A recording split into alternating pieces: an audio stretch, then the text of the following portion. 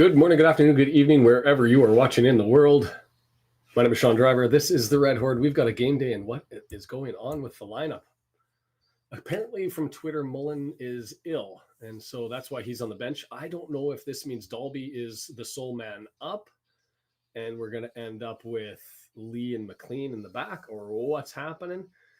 W&G, one thing to look at as you're watching everything go up there, I added one more game for you because, well, there's 11, and we've got 12 rolling scorers. So I decided to want to add one more team, and the team I added was the Shrewsbury game. I just thought with the FA Cup game coming up in January that it'd be fun to keep track of everybody there. Brendan, W&G. I got to take my glasses off to read my screen this morning. Deandra Swirly, I hope you guys all had a Merry Christmas and everybody's jumping in early on this one. A little bit slower to start. Nobody backed up when we all started, which is always a little bit unique. I've heard that Palmer has a knock. He's got a brace on his knee. There's some photos going around on Twitter, and so he wasn't on for the last one. I assume that that's the same issue that's carrying on here. Mr. Jones, Matthews here, Racecourse Ramble. How goes things? Just all in a panic, trying to get everything all started up. Had a wonderful holidays, and I hope that you guys did. It was a Wrexham swag central takeover. Pulled this one in, grabbed this one here. And in fact, I'll talk about something at the half. As you can see, there's two very, very similar looking things. So just give me a second here to scramble. I don't know if you guys have appreciated. It was one of those things. I couldn't buy any more merch, didn't buy any books because I said I want all Wrexham all the time. If it's not Wrexham, I don't want it. And everybody basically agreed I should show. You know what? I'm going to hit pause for a second, and I'll go grab something else that I received. I got Wrexham themed everything. Swindon has a lot of injuries. They are going with a goalkeeper who hasn't played in he's played 20 minutes in 18 months. Do I have something like that right? Not a lot of games. He's re-signed with Swindon from Sutton United last year.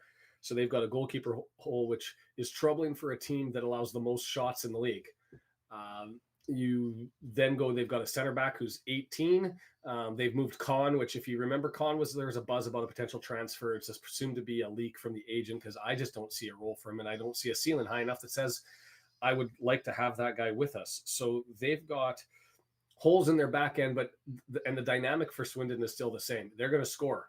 I mean, when you've got Kemp, Young, Austin up front, and especially with Young having the season that he's been having, leading the league in goals, their offensive stats are through the roof. Their defensive stats leave a lot to be desired. Matt Jones here. I'm going to go. Ollie's injured and his leg strapped up, and I've seen that on Instagram and no official news. So that's confirming that. I want to show one other thing. I'll just run and grab it really quick.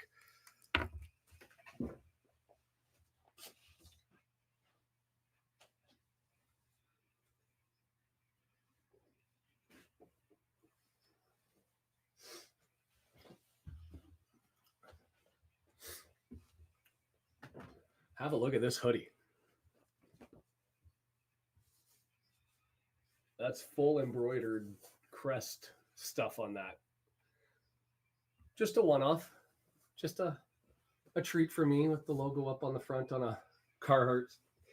That's a hefty Carhartt brand. So it's I think that's about as expensive as you could have gone on a hoodie. So my parents throwing that one together with the nice surprise on a Christmas morning. But I thought that thing looks gorgeous. I don't know what to do with that, but wear it. And so I will. Did Crawley Gillingham already start W&G, or is our scoreboard just off? Yeah, I thought that they tackle twilder, embroidered it all up so that the stitching was all there. But yeah, Mullin with the illness, so not in the lineup. Lots of discussion. Does that mean that McLean's playing up front, or is there only going to be one striker? I have no idea. I guess we'll take a look when it takes shape, and I'll be looking to people as I normally do, like Andrew and Matt, because Matt's joining us for the first time, I think. the Racecourse ramble. A couple of things as we get started. If you haven't been here before, chat etiquette. I'm going to be a little bit behind because of latency. I apologize. If you're going to listen to Mark or whatever, that's all cool. If you're ahead of me, that's fine. Some people drag back their time and hit pause until they align with the scoreboard up above. You can feel free to do that. The only request that we have, don't throw out any spoilers. We're not going to talk hockey. The World Junior Hockey Championships are on right now. Canada's actually playing, and this would be the first time, I think, in my life that I can remember anyway, that I've not watched the World Juniors on Boxing Day live. Instead, going to have it on tape delay. And so don't want that one spoiled. So Crawley started at 1 p.m. Okay, excellent. Kim expects it to be McLean up front. I think, yeah, they'll do that rather than have a system change. And so we'll have to see what happens there. Just give me 1 second here as I scramble around trying to get... It is hotter than a pistol in here. Christmas, no snow. All high-level production this morning. High-level production. So just a flashback as to where we are. Obviously, this is our first return match of the season. The last one, everybody knows what happened in the last one. 5-5, crazy comeback, 2 extra time goals. Went down, what were we down? 4-1 after 34 minutes or something crazy like that. At that point in time, we didn't have Mullin. Ben Foster was in net. It was our third game of the season, not including the 1-1 penalty loss to Wigan in the EFL Cup in the first round. But we had lost to the MK Dons 5-3 at home. We drew Wimbledon, and we defeated Walsall 4-2. As the little one starts to stir, that's another one I should get. I guess James is starting up front. Yeah, Andrew, I think that's the bet. So we were 1-1-1. As for Swindon, they've had an interesting season. They were 1-1. Their home opener, their season opener against FGR was, no, not FGR, against Colchester was postponed. So they didn't start with everybody else. So at that point in time when we played, they'd only had 2 games. They were 1-1. They drew with Crew. They defeated Forest Green Rovers. They went on a 9-game streak where they had no losses. And they were one of those teams at the top of the table. And they've plummeted since then. 14 games since, 3 wins, 2 draws, 9 losses in that bunch. They have filled the net up front. They have struggled in the back. I know that this graphic is going to be hard to see, and I wasn't really that keen on bringing it up because it was just so difficult to see, but I'll see what happens here if I do this. And so you can see when you look through the statistics here, their shots on target against is the absolute worst in the league. That's the struggle for Swindon. And you've got additional holes. Their intended center backs are worse than, well, not worse, not their first pick at the start of the season. So they've struggled a little bit there. Their save percentage, they're behind us, which is not positive when you're a team that gives up a lot of shots. And now they're down that normal goaltender. So there are a lot of questions to be asked. Predicting what's going to happen here is going to be difficult, except I'd say our offensive punch has been taken away, where we are now defensively stronger than we were at the start of the season. For them, they've got all their offensive tricks that they're used to. The question for them is, will they be able to maintain that possession domination? They're third in the league in possession. Going forward, I would tend to think that the pressure is going to be on their back line.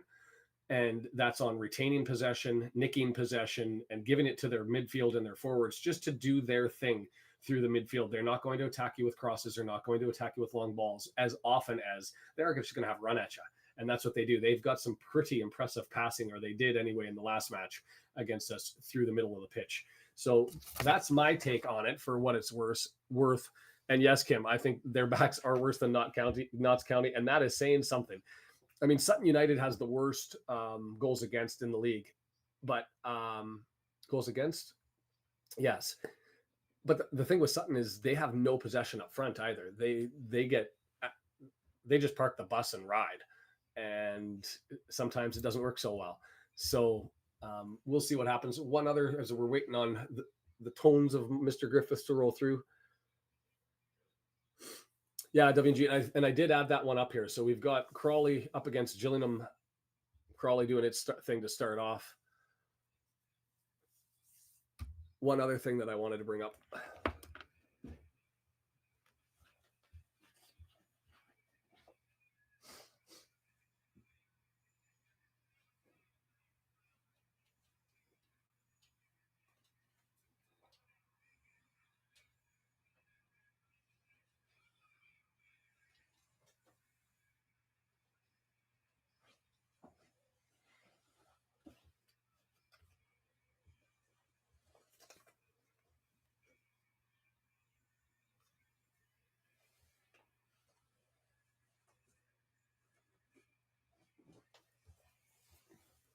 How cute are these? How cute are those? I mean, I'm not a guy who buys a lot of football stuff for my kids just because they turn over the kids' stuff. Kim, he's got a knee injury or leg injury. He's taped up. He's wrapped up, so he's not going to be available. We don't know a timeline. They haven't announced anything. But Andrew, I'm 100% with you. You've got Clayworth, who was League Two team on the team of the week last week. One of his strengths is, I mean, he's quicker. So, right, everybody's. I might have to actually pull the kids in front of the camera today and say, "Throw this on. You're going to have to come and be seen." We'll see about that during the half if they're awake and they're friendly. But going back to Andrew's question, and I didn't do this. I'm might slow down my computer as I set everything up this morning. I know that what hasn't been working is my chat link down below, but we'll see what happens this morning.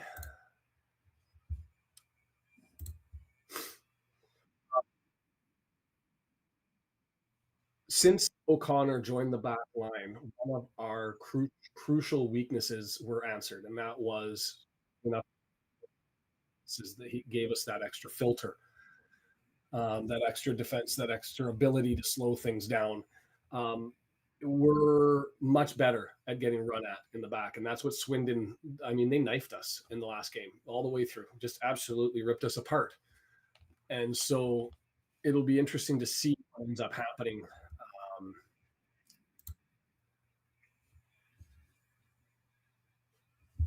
What ends up happening with their structure towards the game and their ability to do what they did. I think we're okay defensively. But I have been wrong many times before. I think this one's impossible to predict. I mean, before the game started and seeing Mullin and them, I thought, maybe a 3-2, 3-1 score. I don't think that's the outcome now. So we will see. Yeah, it's not going to do it. Interesting. So still no chat thing. I'm going to have to worry about that, but we'll just close everything down and deal with it as we go forward. The in-stream chat's not going to work. Oh, that is highly unfair. The hangover is real. Boom. We've got that one up there. W&G in charge of the score. Brendan down below. Brendan's here. A question for Brendan. Send me your mailing address on Facebook, please. That's all I'll ask. I probably should have kept it from when you sent me that, but send me your mailing address. And if I don't have it by the half, I'm going to slag you publicly. So let's just do that.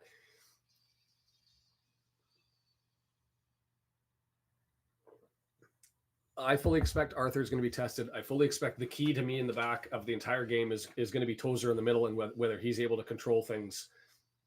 You'll remember one of those goals was one of the ones that irked me the most and really kind of set me off on the O'Connell hate train a little bit. And I know I get slagged for it, but I'm trying to think of what number goal it was by Swindon. I think it was goal number 2. It was the high ball cross after the Bickerstaff giveaway that went over to the right-hand side and came into the area. And O'Connell had lost his man and positionally was way out.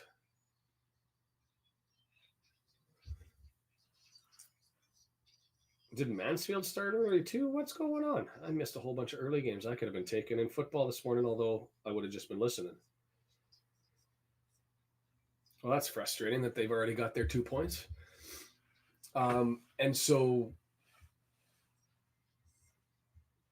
other than that goal, though, it was really them slicing and dicing through the middle of the pitch, and we just didn't have an answer. And if I think that's how they're going to attack us again, and so that's Tozer going to have to be up and have support from the 2 young guys, O'Connor and Clayworth on either side. Yeah, I missed that. I was so focused. Full disclosure for you guys, I ended up hitting the wrong button on my software for this whole thing, and it reformatted the whole lot. So I was up for 2 hours grabbing all of the last graphics and rearranging everything so that the damn thing worked. So not where I wanted to be right before kickoff, trying to do other things, and instead I made a mess. So no other upgrades on what's going on and what's before you today. We're still 13 minutes before a game. I got to reread that closer. Everything's a little bit small for me today. 39 shots? That's disgusting. I mean, I'm curious how many of those were on target. David, I think, you know what? Every once in a while in a season, maybe even over a couple seasons, you find an opportunity where a player gets an opportunity that wasn't expected and they seize it, they grab it, and they don't let go. And that's the exact definition of Max. You have Hayden that went down with what Parker's sort of been hinting at as a soft injury and that he needs to work through things. He doesn't seem to be happy with the Hayden's ability to play through pain. And then I don't know what happened to O'Connell, but they put Max in and he was solid. I mean, our man of the match, as everyone remembers, was Ogonko. We had a shout out for Max and for Lee.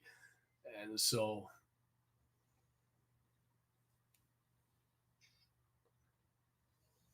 yeah, Andrew, and it's weird to us as we look back in hindsight and we go, we didn't have the foot speed. But at the start of the game, I was like, all right, we've got our tall guys in the back. We're going to be able to clear this out. And that was me not knowing at all what the teams were going to throw at us, right? And I don't know if others did. I don't know whether Parky did, and that was just the best option that we had. But every team that has been younger and had foot speed has given us more challenges than maybe even the statistics allow. Or demonstrate. Max, can he be underrated? Not with Wrexham fans. I mean, I think there's a lot of people that look at the young guy and see something special in him. To be fair, the same is true with Aaron James. I mean, he's come in now 3 times, one league. Ooh, as they go to the headset and you can hear Wrexham echoing through the grounds. It's Boxing Day. We're back with football on the 29th. We're back again on New Year's Day. I mean, let's roll through this stuff. I don't want to go back to the weekly matches on Saturday, so we're going to have to keep that FA Cup going for as long as freaking possible. So I don't know Mansfield. I've seen them Jekyll and Hyde it. Stockport right now has a bunch of injuries. I don't have faith in Barrow. And I know it's 23 games in and their defensive stats are through the roof. They just don't score enough. And they've eked out a lot of points. I don't know if they can do that for another half of a season where they eke out as many points as they have in those tight games. The pendulum just switches a little bit and all of a sudden you're losing or drawing games. And I don't know if they're there. I think it's really Mansfield and Wrexham fighting it out for the 2-3 spot. Barrow sitting in 4 at the end of the season. And the big question for me is, do the injuries draw Stockport back? And it'll be interesting to see what Stockport and Barrow do today. I'd expect like a 1-1 draw. And I don't even know what I want. I'm curious what kind of result people want out of that one. Do you want Swindon, or not Swindon? Do you want Stockport just to run away with it and say, you guys are fine, take your 3 points and we'll chase you down through the end of the season, but we want to secure a top 3 spot and get comfortable here with a Barrow loss? Or do you say, we don't want 3-point games against the top teams, so we'll take a draw, we'll clear up some points, even though I'll gain a 2 rather than 3. For me, I think I want to draw. If not a draw, I don't know who I want to win. Barrow, so that at the end of the game, we just gained 3 points on Stockport. So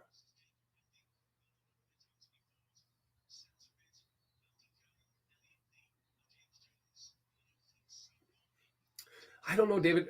Bickerstaff, to me, sometimes he just doesn't have. I don't want to call Brendan's called it the yips, the North American term for when you get that excitable opportunity and you can't close out. You get just too involved. You got the yips. He's had games where he's shown me the yips up front. He's always positionally sound. His work rate's always there. I don't know. Stockport to win with 3 red cards to each team. Cheers for that. I'll go for a draw and I'll keep your 3 red cards. We can fight about it at the end of the game and see who should have predicted what they should have predicted.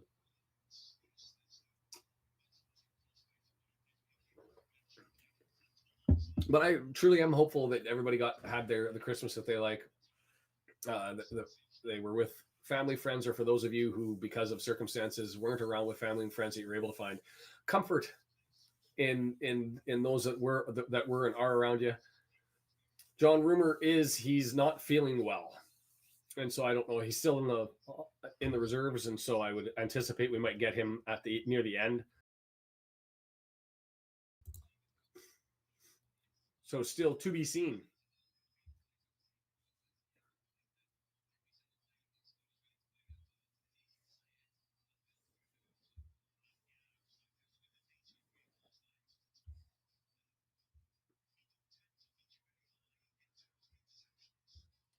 Perfect.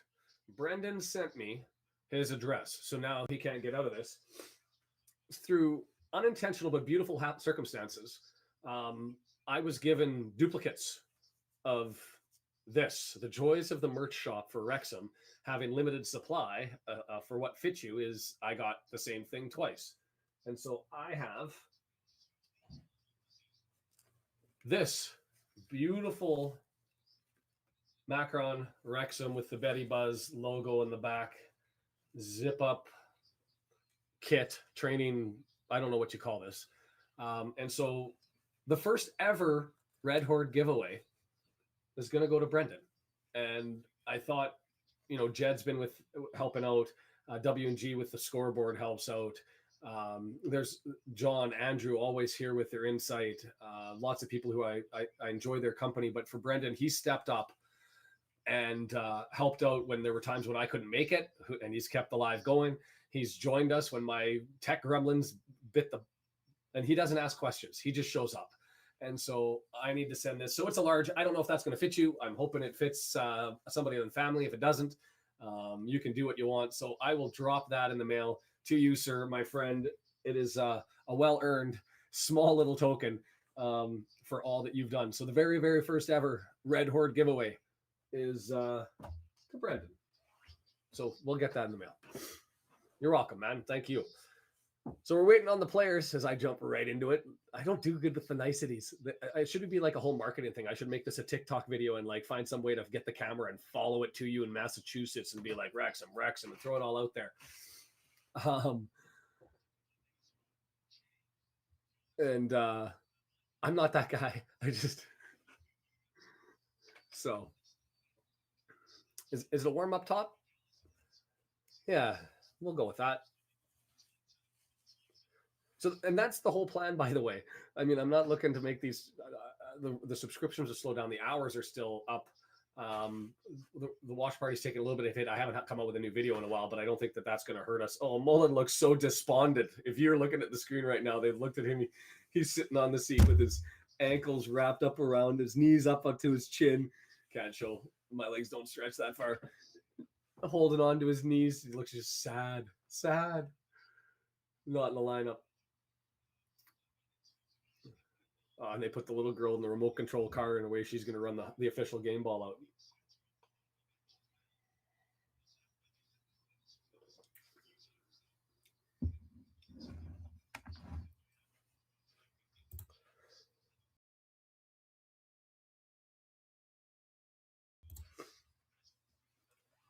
But yeah, the whole idea with whatever nickels and dimes we scrape together through this thing are to grab some merch, support some charities, buy some ads. There's some player, and I may actually reach out to them because I think we're getting our first chunk of cash in a month or two. I may reach out during the January transfer window and try to snap up a half-season player sponsorship.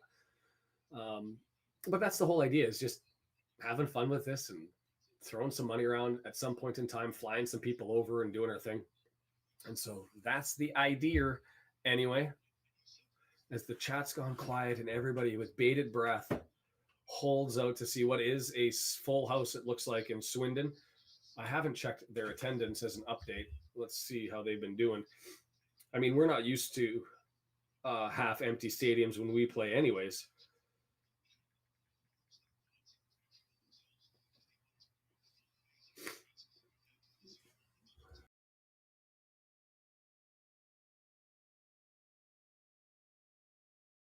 Yeah, they've been up there fifth in the league, 8,711 so far this season. So not abnormal. Excuse me, not abnormal for them to have a full number on display.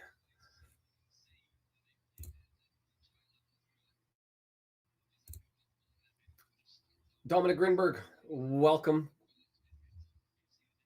At least that stuff seems to be working. If you recall, the subscriber button went down. That's moving up and upwards and onwards. And if you haven't been here, we're getting close to that time. The YouTube analytic gods love the likes, love the shares. And so if you have an opportunity to hit the share button, I've got a tweet out there at the Red Horde that if you can hit a repost or a quote, send that one out and tell people you're joining. The more people that we draw in, the more people get told about it, the more people we end up filling up. I'm still maintaining strong concurrent viewer numbers, but my views and promotions from YouTube are down a little bit. So that's the reason for that request.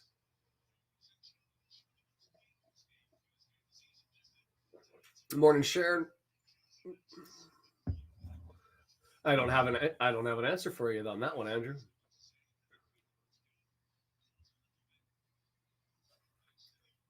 It looks like the old Wrexham Robin there, just briefly walking in the background. I know it wasn't, but wearing the away whites today. Full time, Crawley over Gillingham. All right. That's sort of a, what are you going to do about it? Sort of result. I mean, is anybody, I know somebody said Bradford Morecambe's an interesting one to watch. I think Bradford's looking like they've got an opportunity to push up, but they've had some soft opponents recently. So Morecambe's going to be their first real test in a while. For Morecambe, they haven't been playing that solid recently, but they do have games in hand. So them taking a couple losses isn't a bad thing. I don't know what to do with some of these games.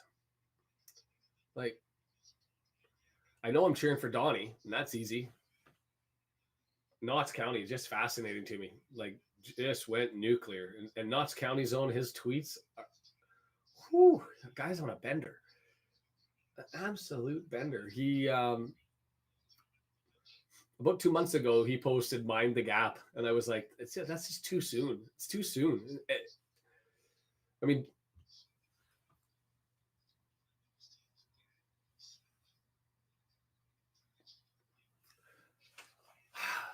I like good McLean. I don't like bad McLean. And the problem with McLean is he Jekyll and hides it. And some days he looks like he is the greatest player to ever play League Two football. And some days he's just disappears.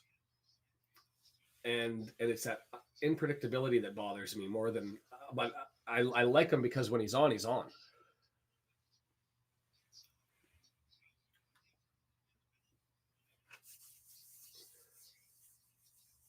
Kemp, Young, and Austin. They're going to have a handful in the backs. If we deal with that, we're in good shape. I'm sure that they're going to sneak through. And for us, as far as being clinical, the one thing that those stats that I didn't talk to is they did talk about percentage of scoring on shots on goal, and Swindon doing much better in that department than we are. Michael, how are you? I should say we haven't brought this one up in a while, so let's do that. Before I leave it, if you're watching us and you're not watching the game on iFollow, down below you'll see the scrolling bar, wrexhamafc.co.uk/iFollow. Go there, 10 quid a match, 25 quid for the month, 87 quid for the half season. Purchase a subscription. It's the only way to watch legally, and 80% of the money that you put in goes to the club. And so, was that a whistle or did he just kick that by accident? All right. So Swindon in red, going from left to right. Wrexham in white, going from right to left, a 3 o'clock in the afternoon start. So there may be some of you who in the UK just listening to the tones and following along instead of watching the game. So I'll try to do a little bit more broadcasting as they just do a bit of a air ball kickabout in the midfield with Wrexham looking to push it down the field, but it looks like it's going to go out for a throw. Oh, but no, Dalby flicks it in. Instead, they've got to kick it back and force a kick from the goalkeeper. Ward is his name. Cleworth. That was like that one goal on the rebound that happened before. Ogonko comes screaming out and stops that. That made me nervous to start, and I don't like that because we saw that as a goal. Was it their fourth? I don't remember. It was the one where it hit Tozer and bounced back and just happened to land onto Kemp. And he ended up nicking that one and going forward and scoring it. Down by, well, one by Lee. He's got an early opportunity. He kicks it, misses to the right. I don't know if that deflected or went straight through. It not deflected, so it's going to be a goal kick.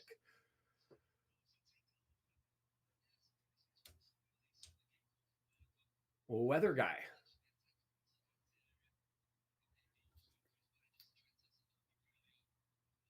It's not Saturday. You guys can watch it on TV.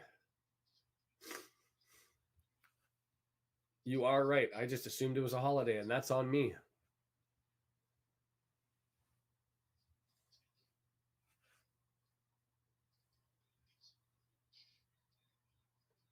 Barrel already up 1-0. Fascinating.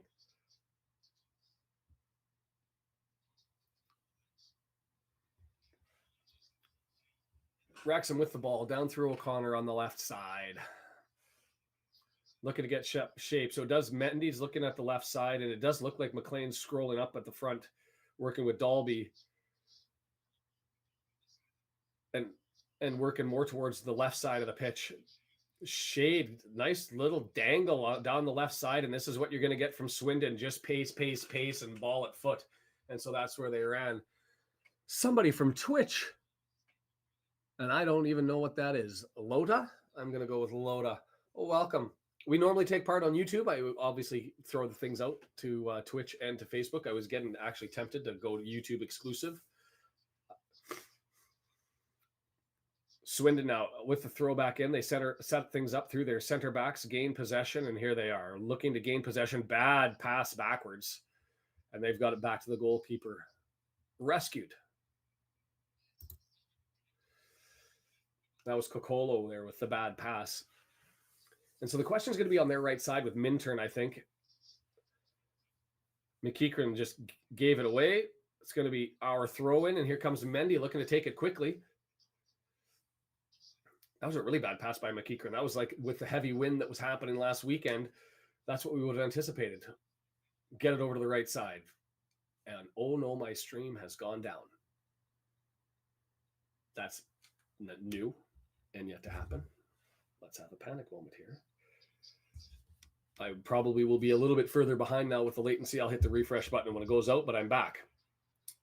Kick down, going to go for a goal kick.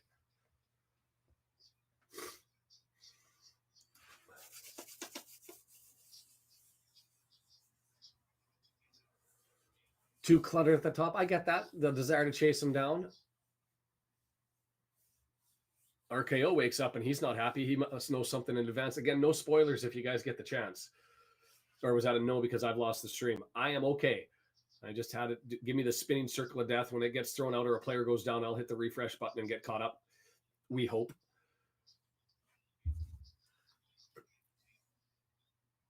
We got a foul. Head injury. Cannon going down.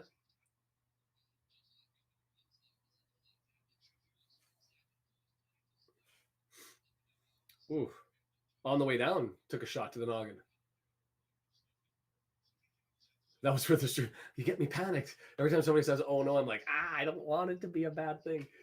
So Cannon, okay, it looked like he took a knock to the head side of the neck when he came down. He got the header away and then came down and clocked the leg on the way down. So not a direct impact. But Swindon has it, gets it back to the keeper. And here comes the long up the pitch.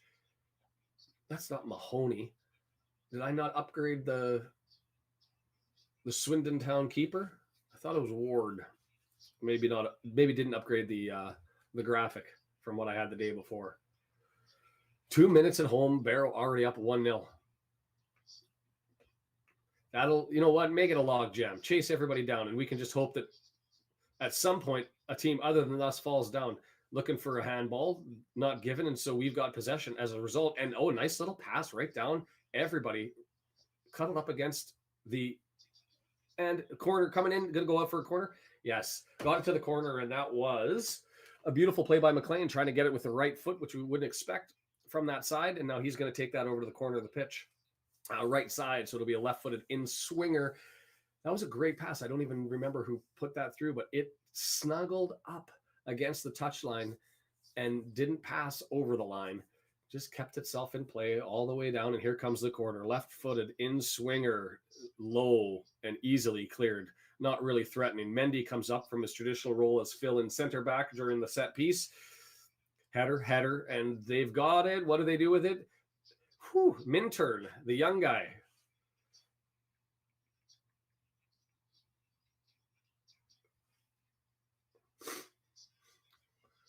Swindon back and forth in the center backs, able to get some pace. And as they do, they just run it forward to the midfield line. And now they look to recycle back through.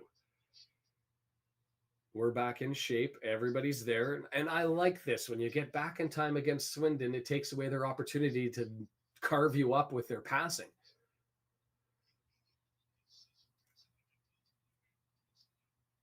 Holy, that's being a junkie, we are, Wrexham.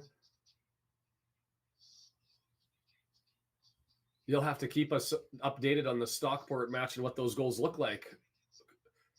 Kinsella, right side, gets it over cross. That looked horrible. Right-footed sky ball, not close. Out into the pitch.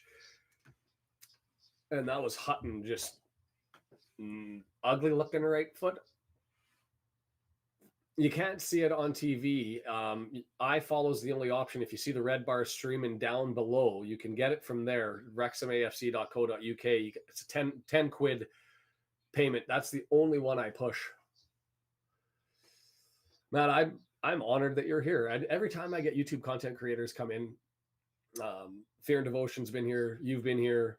I think we had the Australians once. It's nice to have people who do amazing work. Stop by. If you haven't been to the Racecourse Ramble, you can find his podcast on Spotify, find him on YouTube. He does preview a little bit more breakdown than I'm able to offer as far as the football strategy side of things. And so always a good listen, always get information, everybody doing their thing. So feel free to go and check Matt out. It isn't Saturday. I know. I will figure that out. Someday it'll catch in.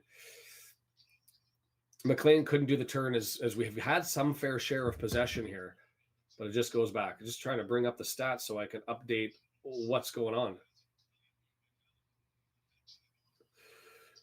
Tozer. McLean in the middle. Is he able to keep it down? No, instead he gives it away, and here they go. Swindon looking to break down. A nice little pass in through the middle of the pitch. Everybody's going down. Tozer gets a ball, but it still maintains possession. Cross and going for a corner. Swindon corner from the right side. Lee was able to come back and sort of rescue there. The number of times that Swindon, this happened twice already, and it happened on the goal in the last game where they just run at you so hard that when you end up making a tackle, the ball ends up hitting them and they just keep pushing the ball forward. And at that point, you're sitting there standing, holding your wallet as they go running past. Ryan, welcome to Texas.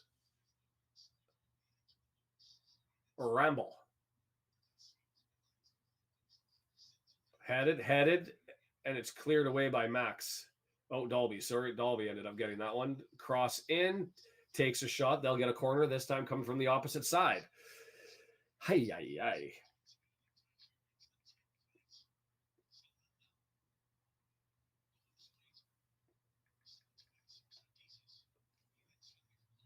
Hutton in swinger, plays it short instead.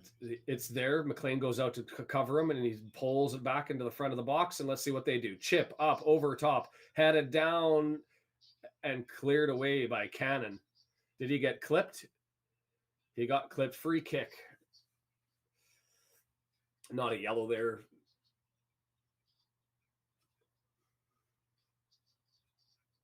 Racecourse, I remember like our set pieces at the start of the year were really what were keeping us in games that we probably didn't deserve to be in, or at least that's my memory. Early January, and we're on a Sunday, I think, and an early match being a derby, and I believe it's on Welsh TV. It's not on the major channels, so it's still unclear. I imagine it's going to be. Do we get a free kick there or call an offside? Offside. All right. 7th of January. It's I'm hoping that Sportsnet picks it up to be able to watch in Canada, but they didn't the last time it was on Welsh TV, so they tend to believe that they don't have the rights. We'll see what ends up happening there.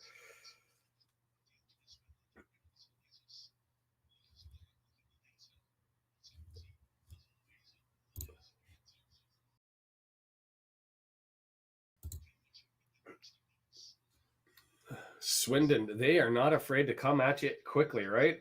A missed pass there, and Max just has to head it out, and they'll get another chance. Just 20 yards out from the left-hand side with a throw-in. Yeah, in the U.S., the run is if it's on S4C, ESPN will pick it up. Yeah, Palmer's got a leg injury. Don't know the details of that except for it's taped up. It's on. I saw a picture of it on Instagram. O'Connor nicks it. It goes out. Throw. Swindon, not afraid. They just move the pace. Get it back in again. And that's Kemp now on the right-hand side. Lee marking him, moving it back, and they'll set it up with the defense. Kemp up forward to Kinsella. Kinsella, right foot cross. Easily headed away by Max, and away we go. McLean pushes it forward and gets pulled down, and we'll get a free kick. Let's go. So, yeah, ESPN, you lucky Americans, I'm not going to get that luxury. I'm going to get stuck with waiting the 11th hour to find out that Sportsnet's not going to say it has the rights and not getting it. Last time we did a mind meld, Brendan and I did, where I watched the game through his eyes. And I'm hoping I'm able to do that again. Knotted down in the box there in the area. Here's a kick. Scores! McLean has it. Are they putting a flag up? Are they saying free kick?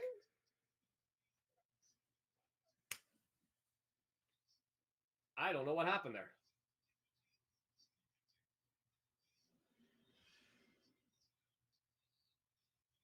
I'm trying to figure out what happened. Mark says they think they allowed the goal. We're still smiling like we got the goal. I will take it.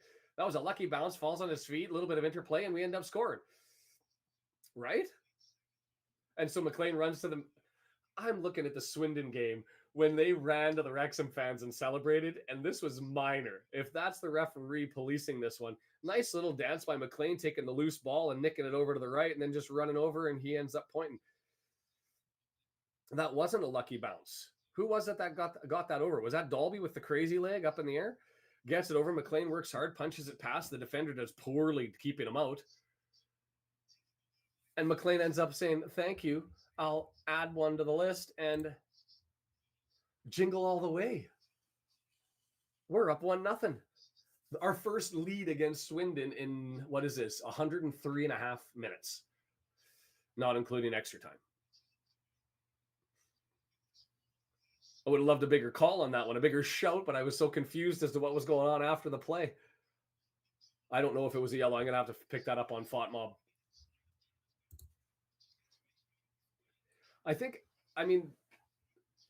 Swindon, if you remember, it was the fourth goal. They scored all of their other goals. The fifth goal. All of their other goals were, I know they celebrated in front of their fans, but that fifth goal when they went up 5-3. Oh, Swindon coming 2-on-1. Here's the early shot. And Ogonko just says, I'll put that in my bread basket. I'll cuddle up. I'll keep it warm. Everything is fine with us. Oh, I do need to reverse my score. I'm used to being the away team. Ew.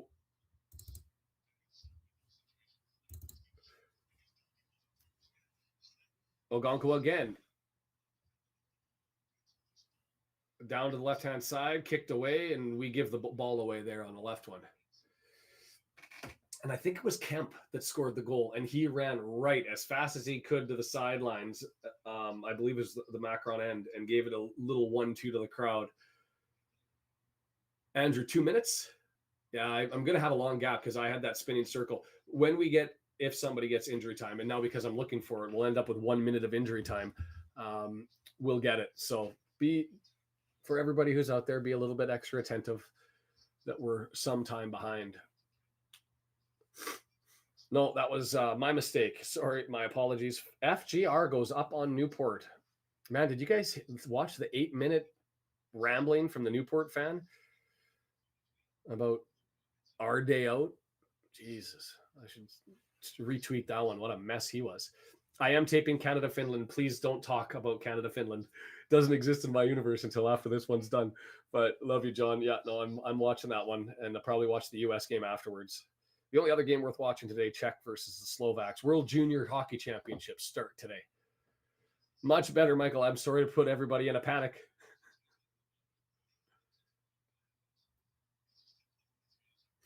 Swindon with it. in a circle, go to clear it, bounces off of the face of a Wrexham defender and goes over to the right. Here comes another throw-in. No flops early. This might be the longest we've gone without a flop, 16-minute mark.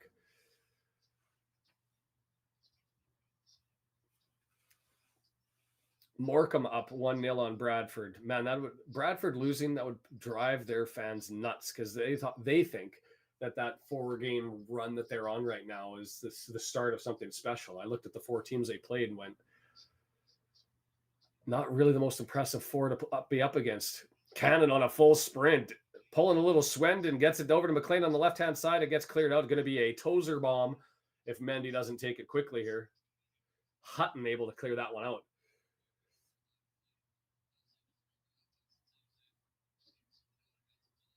Okay, I appreciate that.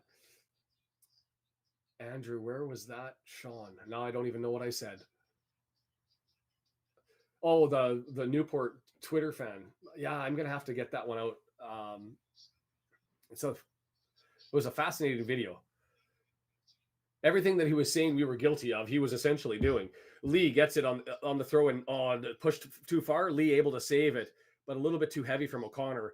O'Connor now over there, draws it all back. Mendy playing deep, left side, left-footed, brought into the box, into the area, headed up, skies it into the air. Jones there. Kluwerth tries to get it, but he was pulling the jersey when he decided to climb the ladder. Jonas, welcome. How are you? Nice to see you. Another reminder, like buttons work. Share on Twitter. If you can't get there during the half, get it out there. Here goes through.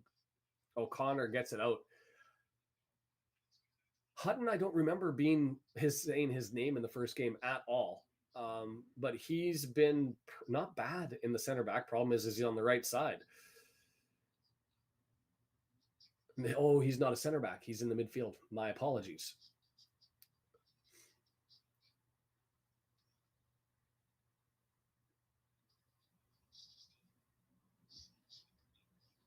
Better South Welsh folks are the greatest. I was surprised on the accent myself. He sounded Western English as soon as I logged in. I mean, my dialect knowledge may not be as impressive as most, but the joy of marrying a Yorkshire lass is I'm getting better at identifying them. Absolutely, I can bring that poll up. Give me a second here, and we'll do that as we wait for Clearworth to do a throw in from the far side. Oh, I punted it out of the thing. It'll.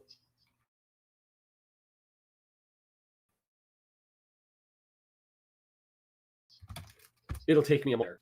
Taken by Stockport, falls to our feet, kicked ahead. Going to be Swindon, who's going to. Did I say Stockport? I got Stockport on my brain as they settle it down, and the keeper's got it.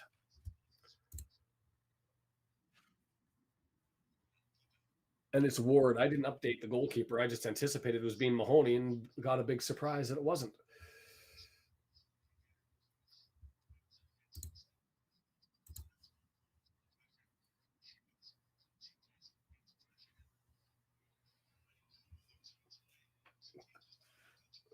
Calm with the ball, maybe a little nerve-wrackingly so, being so calm. And here they go. Canada just has no problem when he's got open space to just running it.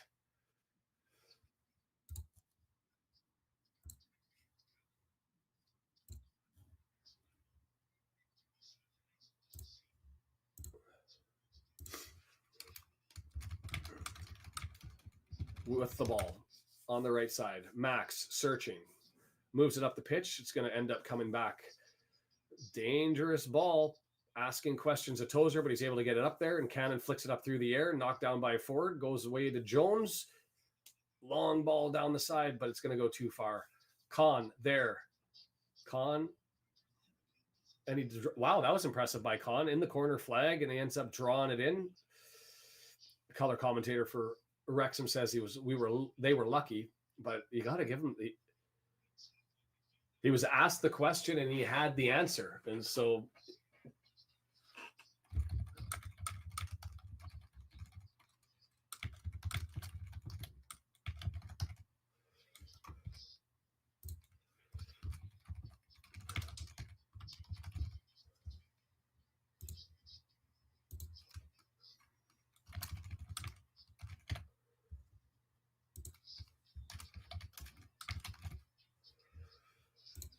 I added an extra one to the poll, but you should get that one that pops up there.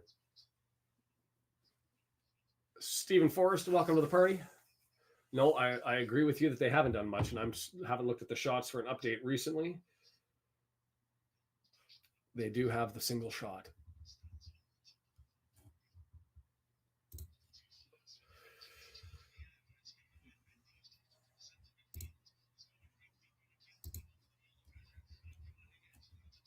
Cannon through the middle, draws it back.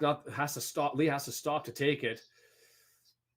7 yards from the penalty area. A little flick over to McLean, who comes over to his comfortable left-hand side. Leaves it to Mendy. Back up to Lee. Switch is on to the right side. Jones all the way over. Ford collects it. Ford looking for it. No, decides to go back. Jones dancing. Switches back on again. No, Lee back to Ford, and we're going to have to collect through the center back because that was a missed pass coming all the way back and might end up going out. 56% in possessions, 66 passes at 72%, way better than the in the wind stats that we had earlier. Morecambe up there. Oh, Dalby got it onto his feet, just not able to do anything with it with the defender there. Free kick on the happy little tuck and roll, and Lee has some words. Shows all of the above.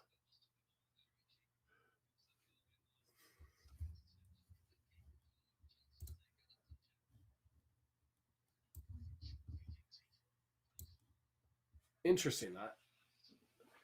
A barrel win is my second choice. For me, I'm all over the draw. I don't want 3 points in any game involving teams at the top. Referee says no. Looking at the flop counter, not sure. I actually thought he might have got nudged on that one.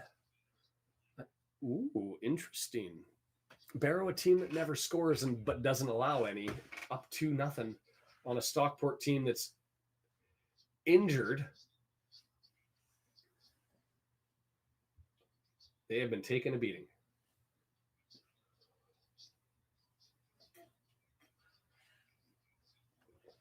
Fascinating. Both teams are at 107% possession. It's an impressive stat. I keep saying Stockport because that's the game I'm interested in the score in as well. Swindon with it. Center backs just kicking it about, and now they decide to go on the attack. And as you expect, it starts with a run, and the first pass is not a good one. So they draw it back to the center backs, and they'll recycle it again into the midfield stripe. Nothing there, so they draw it back again. Their possession getting higher here as they go all the way back to their goalkeeper, but nothing threatening. Just a lot of kicking about in the midfield. Swindon now looking again across the left line. They get it into the area, but it misses the target and brings back. Arthur's got it. He knocks it down. Man coming forward. He just passes it forward to Max. Max, calm, cool, collected, moves it up. Forward, right side. High pressure from Swindon right now. Volleyed on, nothing there. High pressure, and actually not a bad change in strategy if that's indeed what it is, and it just wasn't the current position that they were in, is to put the pressure on. When you've got Dalby and McLean, people who are, Dalby's not your primary striker, and McLean certainly isn't. He's playing in a new position.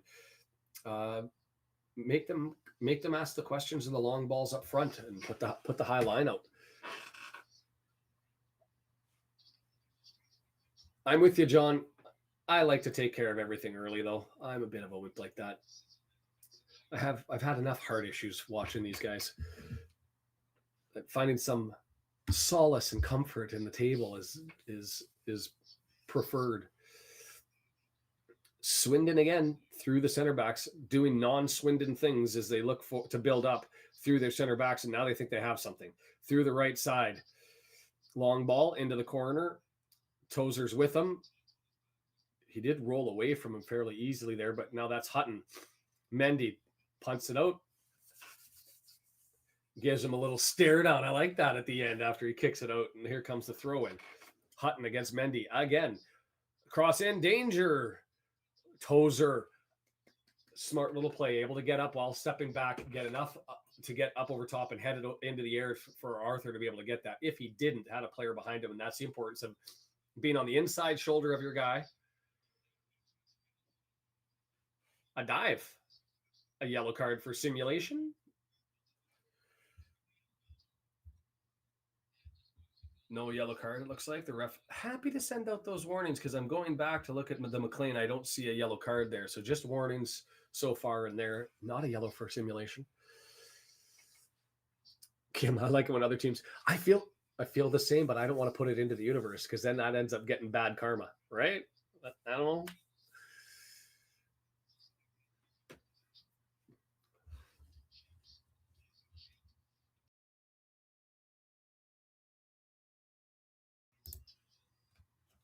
It's just we're now at about 5 minutes of the same thing here. Swindon able to bring it up through the center backs, and now they're looking to build it forward. And Max just says no, like Mendy did 2 minutes ago on the right side. Don't come down my way. I'll just kick it out, and you can have a throw.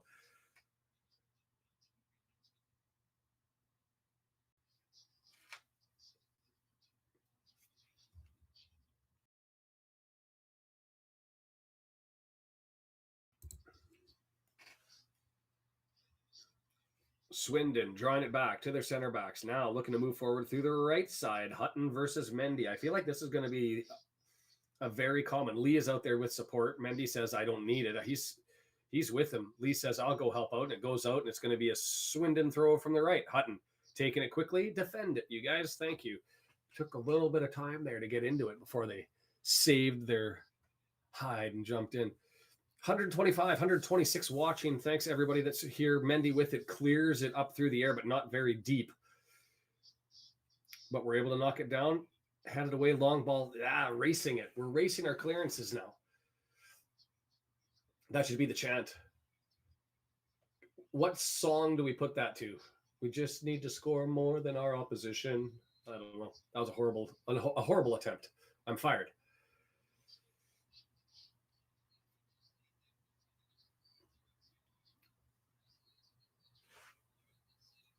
$88 points is the target. Right now, that's basically where we are. And the reason why 88 points is the target is in the 20 seasons where it's been 4 up, 3 down, or 4 up, 2 down, is there's a free kick 8 yards out of the penalty area over on the right-hand side for a shoulder charge on Kinsella. 2-man wall set up.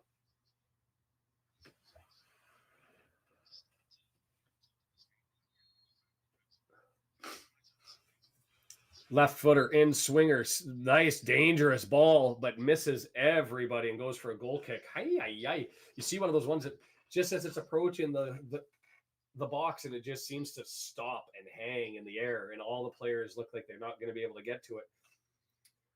That was a good one. Who was that? That was Kemp. Settled that in there. And, well done to the defenders, all of them on the inside shoulder. That's the stuff that we were missing early in the season, and I'm glad it's there.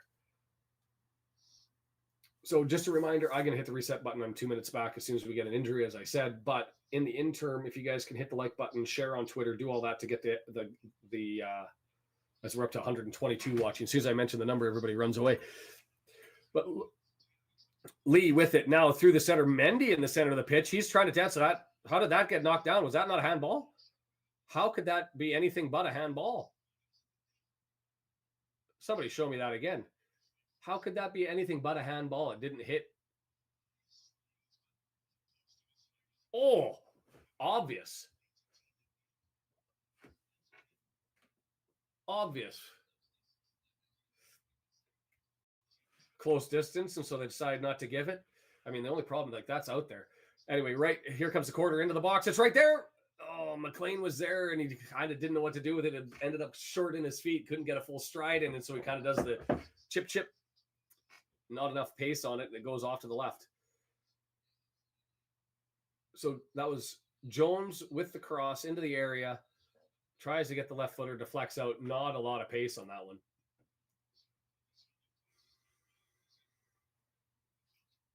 Player down. Time for me to hit the reset button.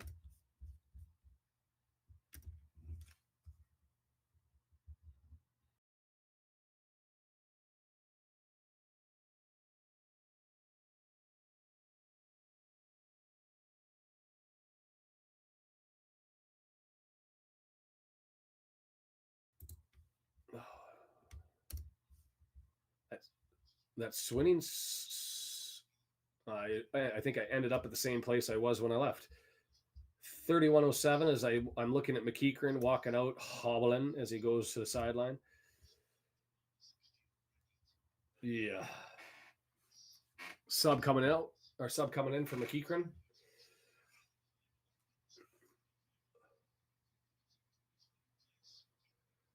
Going through the scores up at the top, Tranmere looking to, are they trying to find a way to scramble away from the bottom? Pulling down Salford 1-0.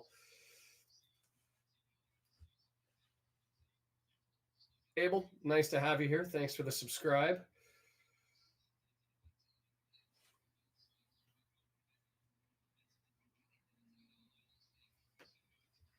Brewitt into defense. And I believe he's a midfielder, but they're going to draw him out and put him back and move somebody forward.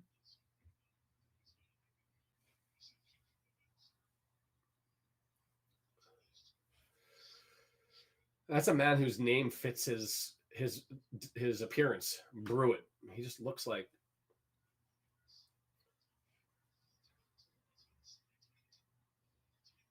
Brewitt with it now. And I'm not going to be critical of somebody's appearance, but he looks like a Brewitt. Take that for what it's worth.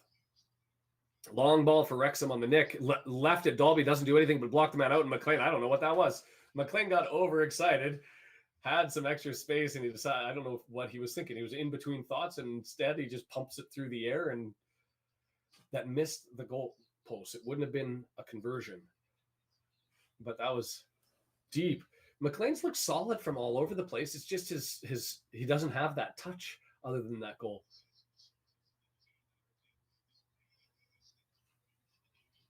Wow. Coca-Cola with the dance on the left side as Swindon does the run through the midfield stripe. Moving forward, miss, hit, pass, stumble, don't know what that was, and Hutton says, let's recycle this and go back.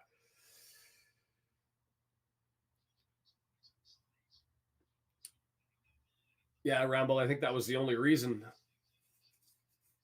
And I'm okay with proximity, but when it's that awkward, like if it's, to me, it's different if it's here and if it's somewhere close. And I know it's always a subjective kind of call, but like that one was straight out.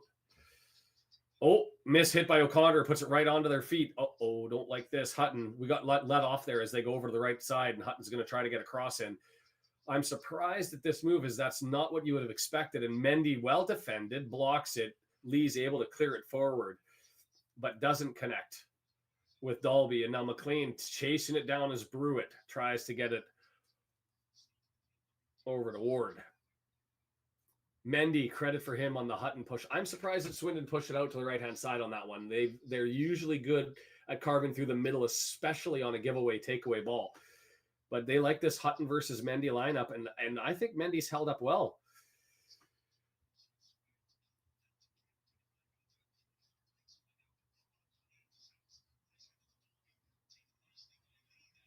Other than score a goal, our makeshift striker hasn't done much. He's done everything.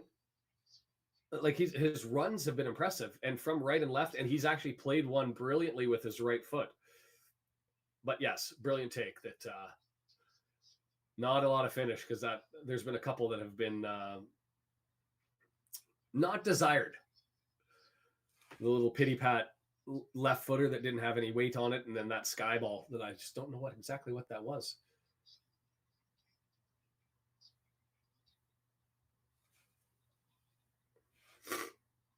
Well, Gonquo with it now. 35th minute, all the way.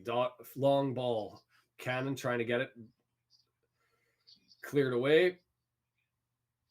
Kemp with it. Draws it back. Goes on a run. Doesn't get the ball. Gives a push in the back. Not happy, Mr. Kemp. Oh, beauty. O'Connor just stripped it from Young.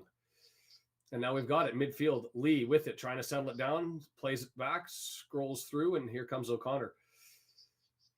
I love those little plays when you're able to nick possession away in a game where they're starting to search a little bit. Nice ball through McLean. Forward. Nice little pass. A foot off. Just a foot off, but that was the right idea. I thought the pass had the right weight, just the angle a little bit off, but here we come again. Jones. Oh, not Jones, Lee. I thought that was Jones. Man, my eyes are deceiving me. And my internet is letting me down. Spinning circle of death as it loads up again. Holy, I hit the live button and it pushed me all the way backwards. Jeepers. We're going to pull this one back. Sorry, everybody.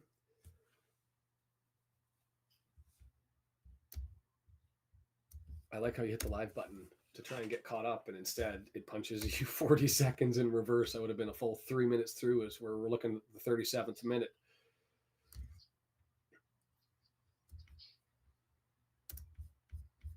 Wrexham with it.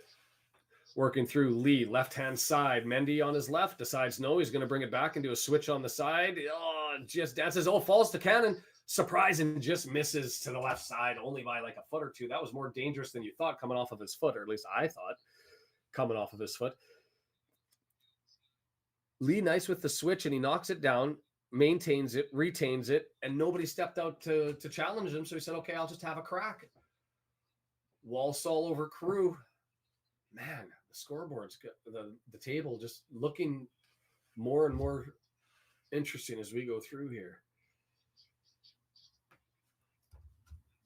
Update the scoreboard.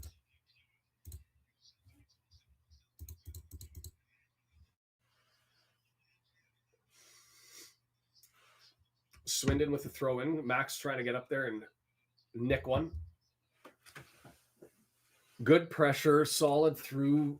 More impressive to me, and the most impressive and the biggest concern was how were we going to handle their foot speed and their ability to carve through the middle of the pitch. And so far, some of it being their desire to go through Hutton, which I think they've been doing too much.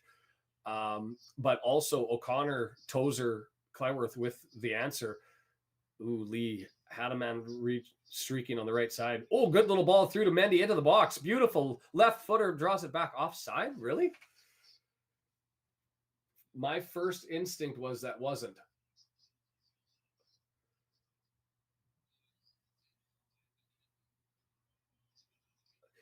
He's certainly off with respect to the guy who was marking him or closest to him. And here they come. Long ball. Beauty. Cannon able to knock that one away from Kemp, who was trying to dance from left to right in the center of the pitch, and would have had all the time to hammer one. Mendy clears it away on the cross, lands down, and they decide to go over to Hutton over on the left-hand side. Mendy says, I'll mark you again. The game inside the game. Return ball, 2 against 3. Holding, waiting. Forward, Cannon, interplay on the right side. Nice little ball. McLean running to the penalty area, waiting, slowing it down. He's still dancing, looking, crosses, going to go for a corner, right side. Well done. That was impressive and difficult to keep track of as everybody went running down the right-hand side, and I swear 7 different players had a touch on the ball. It was beautiful. Yeah, I'm with you, Brendan. I didn't think that was offside. He was offside. He was behind the player who was directly marking him. But I'm surprised that the official who was on the opposite side missed it, because there was another player that was further back that put him on. Left-footed in, endangered, but headed away. Well, that was a threatening ball. I like those. Instead, back into the boxes, we've got everybody in the area, and out comes Ward, and he grabs it, and he clears. Long ball for Kemp. Mendy there, and Mendy just solid. Is this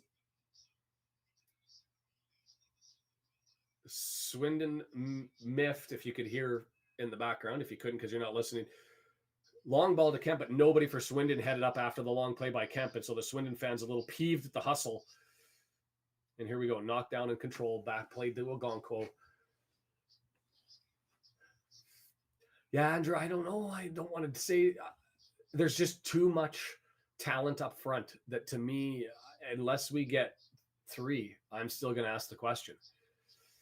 We've looked really, really solid, but I can't take away from Swindon's offensive quality. Knots goes up 1-0 on Donnie. W&G, you're giving me the bad news, not the stuff that I want to hear. Flicked on. McLean has been sneaky and all over the place. Fletcher, I think, comes in for sure. I don't know how sick Mullin is. I mean, I guess you don't put him in the lineup unless you think you're going to draw him in. But I guess it depends if it's a 1-0 game or it's a 3-0 game too.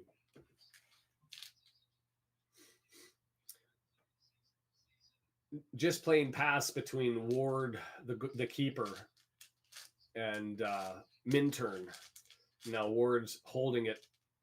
Long ball to the midfield side on the switch.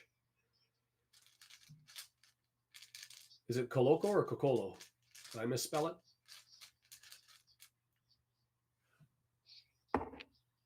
Swindon with a throw in. Shade searching. Long time for the throw in. Here comes in.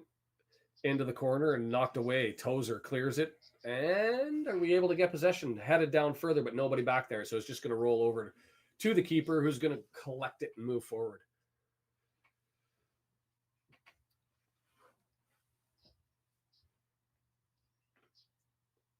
Yeah, the whole Knott's circumstance is fascinating.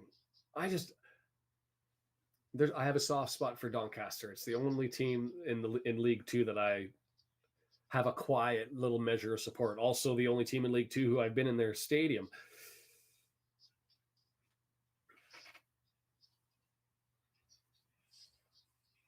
They ran into some geotech issues on their old historical ground, and so the keep moat, the new one, not a lot of character in that one. And the food quality is questionable, but good people there. But yes, the gap between 4th and 5th is a thing.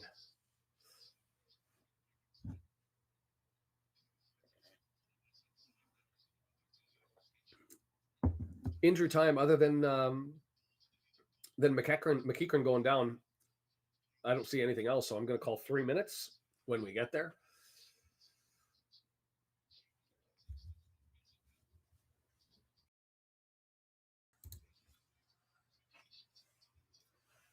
I have been impressed with our ability to just put pressure on the ball throughout the pitch. There's another one where we cleared away. I mean, the consequence of putting the pressure onto the ball is some of those long attempts to come forward to McLean and Dalby haven't been as precise as maybe we'd like, but I think I'll take that sacrifice. I can't expect these guys to be the Flash and be all over the place. Bashed his knee up. Yeah, I remember seeing it taped up, but I don't know exactly much more than that.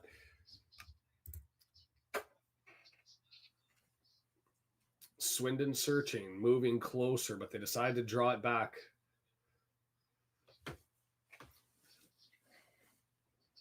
Turn it into a lazy afternoon kickabout session here, but now they move. Coloco gets it in, header. Well done by Arthur to be able to get there. One of those dangerous ones that you know it's aiming towards the net, and you just wonder if it's going to be one of those lazy chips over top, but Arthur read it quickly, draws himself back. An easy collection. 2 shots, 2 goals. Yeesh. Shrewsbury down 1-0 to Cheltenham. What's Tranmere doing?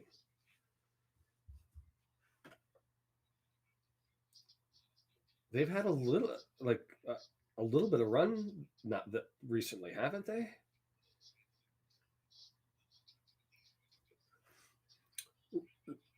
Hits it. Ooh, Lee. I think that was going to be a corner deflected off of the forehead. Dangerous one, that one from Lee. 2 minutes of extra added time. Stockport down 2-0. Barrow up. So that draws us up forward, still third with a game in hand so far. If all results count where it is, that gap, Crew falling down a little bit. That gap between 4 and 5 getting a point wider if everything ends. Here's the in-swinger. McLean. It's close, punched away by Ward, but it's going to land there for us to threaten in. Headed in, headed out. O'Connor knocks it down. Not enough. Oh, he does get enough on it. I'm surprised that they didn't get to it. Lots of people in the box. McLean hammers it, and it's going to go for another corner. That was odd. Both Griffiths, he's right after I said it, he said not enough weight. And it was one of those curling things that you wanted to sweep the player to get him to move over there and get to the ball, but he doesn't. Who was that? Kemp. Too slow. Should have got to that. Swept. This is a high ball, far post. Tozer getting jumped on. Nothing there, and it's cleared out, and that'll go for a throw. No, settles in, and Mendy. Bad first touch. Mendy deflects it off of Kemp's head, and now he's got to go all the way back. Great recovery. Yeek on the initial execution. That's all I got. Yeek. He went to go and knock it down and knocked it down into Kemp. Kemp goes on a run, and Mendy's able to get back there. Yeah, Kim, the anti-home game. Throwing to Swindon. They're not moving at all. Like, just itching to get to the half. Here's the lazy throw and no interest in moving the ball down the pitch. The Stockport comeback. As long as it ends at 2-2 for me, I know I haven't checked the results of the poll. Halftime. Barrow win still preferred.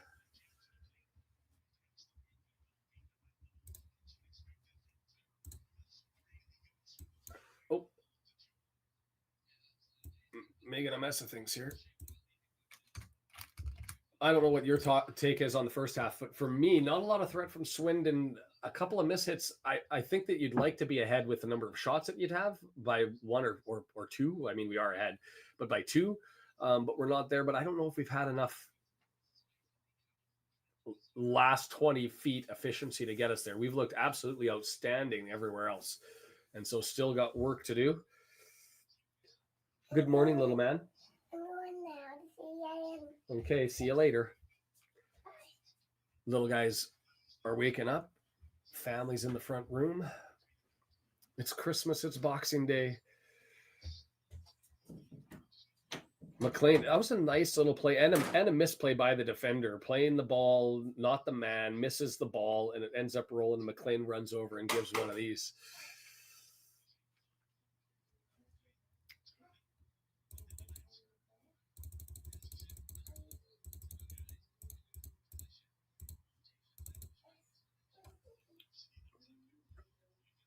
Just looking at the table, and I mean, there's not a lot there except for more evidence. I mean, Tranmere, I got to look up their recent run because they were near the bottom of the table and now they're up to 18th. I don't think that they're going to go on a run all the way through, but you got to give them some credit for what they've been doing recently.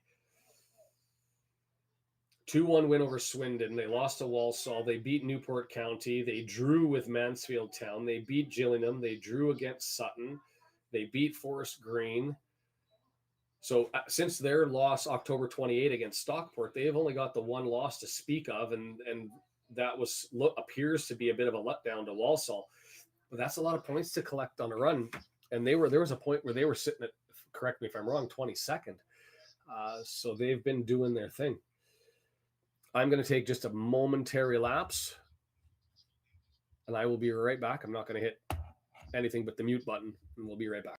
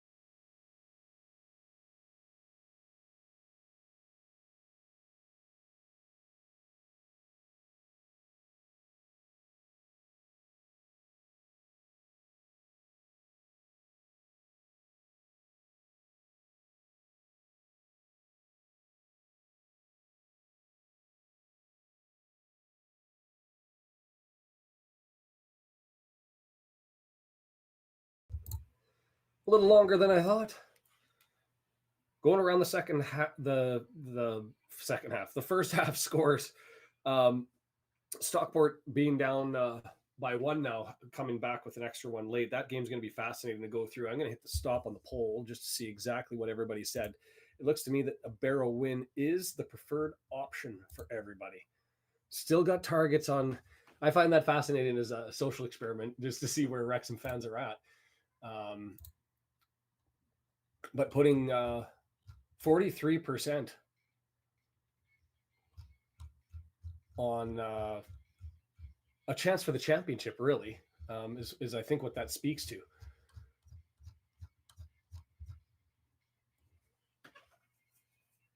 I'm with you, Mr. Jones. That's has it been creativity that we need more of, or more finish? I mean, to me, it's just not connecting through on the final touches towards the box. I mean, they've only had one shot. I imagine the paint is coming off the walls in the Swindon change room.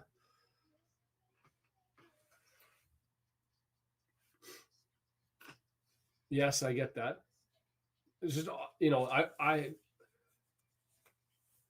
there's two things, two logical thoughts that go with this. Is you'd rather see one of the four teams that are in that top four, Stockport, us, Barrow, Mansfield, fall off, right? Because now if you're able to get closer to securing promotion, it gives you a little bit more freedom, a little bit more flexibility, takes away the nightmare and the stress and the concern and the worry of having to go through the playoffs.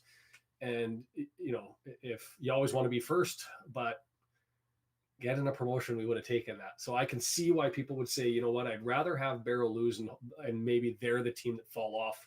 If that means Stockport maintains their capacity to move forward and win, then go ahead. So I get that logic. I also understand the logic of we want to be first. And so Barrow can still fall down later.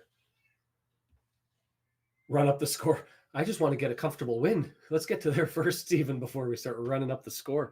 I mean, Barrow 2-1, so their goal differential isn't going to move. We're all both sitting 2 goals away, but it would certainly be nice, yes, to catch up and run ahead of them. I mean, the joy of being a team that's made up goal differential from where we were at the start of the season is, I do think that over the remainder of that, we'll catch up to Barrow if all things play according to plan. Yeah, I know. I wasn't impressed by Barrow when we saw them, and maybe that's stuck with me. That level of defensive stalwart play just can't hold up for a whole season, can it? Can it? It's the same as offensive. At some point, somebody gets a knock, something happens, and just the interplay and the connection just isn't there. I'd like to think that that's the situation, the circumstance. We'll see what ends up happening there. But man, that gap, you're now 45 to 39. So you've got a 6-point gap between 4 and 5 with 2 games for Mansfield in hand. Crew being down 1-0 draws them back down to 37 points on 23. So that it really is lining up to be a second half season, barring some crazy run or conversely some crazy drop off. 4 teams fighting for 3 spots, get into it. And we got Barrow coming up here shortly. So, Stephen, yeah, it's fascinating to me. I get it now. Well, no, I still don't get it. In North America, the regular season doesn't matter. It's just seeding. But we don't have, promotion relegation. We also don't give away, we give away trophies and pennants to the teams that win. But it isn't the ultimate prize. The prize is playing in the playoffs, and you can have an outstanding season. I'll say this: my ice hockey team, who I went and watched on the 23rd, that pulled out an impressive 7-4 win. They're the top team at Christmas time. For the first time, a Canadian team is first place in the NHL since 2005. But Canadian teams haven't won the Stanley Cup since 1992. Montreal Canadiens, I think it was. That's a long time. And they just don't perform in the playoffs. And that's the ultimate prize. Nobody's happy that they've won a President's Cup as the winners of the regular season. It's different in football because you win the regular season, you get your automatic promotion. So it's something that makes sense and has to adjust. And the playoffs are therefore a runner-up prize. They're the last desperate attempt to get promotion, where the playoffs in North America are where you end up winning and how you end up asserting yourself, and the top teams all get in. So I think people would lose their melon if they said, well, why don't we just take the top 6 teams and put them in a playoff? What team 1, team 2 get a bye? 3 versus 6, 4 versus 5. Can you imagine what I think English fans would, Welsh fans, EFL fans would go absolutely crazy. Steven, yeah, I don't know if tipping up tampering is a thing. I know that they reference it, and I don't know if it slows things down. You have agents who release information like they did with Khan, there was a hint that he was going to come over to Wrexham. And I will say, watching Khan for another half, I don't get it. That his top level is exactly where he's at, and he's not the type of midfielder, even though he's playing as a back today. He's not the type of player that we should be targeting and looking for. 27-year-old.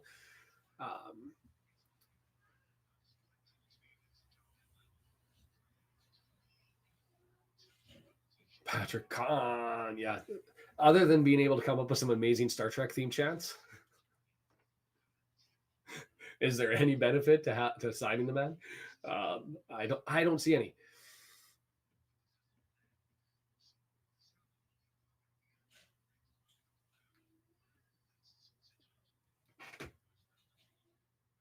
I just look at Barrow. I mean, yes, their goal differential is 17 points, but man, goals against of 18 goals, on par with Mansfield Town, but without sort of the offensive prowess. Mansfield's got 6 extra goals and in less games. I just too many close games for Barrow, and I just can see the pendulum easily switching for them and their season falling. Despite Stockport's injuries, the teams that I suggest are most susceptible of falling out are Barrow. Steven, yeah, well, the rumors is really everybody's up for movement. I mean, Ogonkwo could be recalled. We don't know if we're gonna, Wonder Boy, if you don't follow him on Twitter, is sort of the in the know Twitter, Axer. Wonder Boy, I don't know if that's his full title, but if you put Wonder Boy Wrexham AF, you'll find him out there. It has all of the updates and the news, and he's intimated that we're going to be putting forward a legitimate run at signing Ogonkwo for the long term. So that's subject to Arsenal all obviously saying we don't want him back here, and he'd just be I think he's a free agent at the end of the year.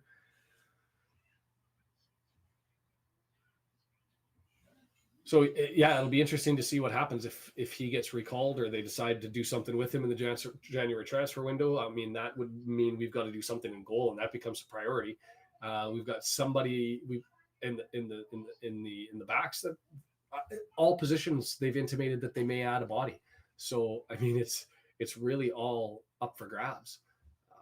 I don't like the January transfer window as much as because unless you're going to North America and grabbing somebody from the MLS, it all comes with transfer fees, and I just don't like transfer fees. I'd rather fight over somebody when they're on a free at the end of contract and bring them in. I'm just cheap that way, I guess, and it ain't even my money.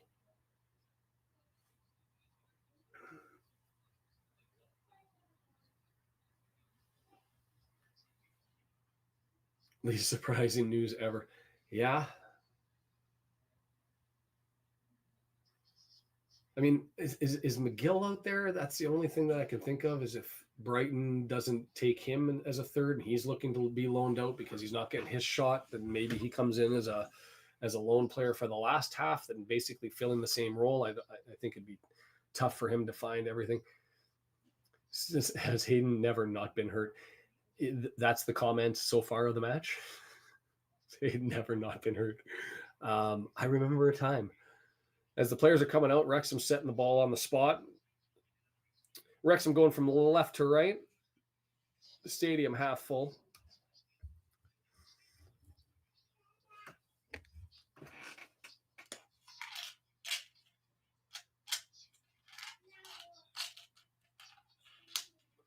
Yeah, Andrew, I can see that as a potential, unless they really like him and they see him as filling their top 2 role, right?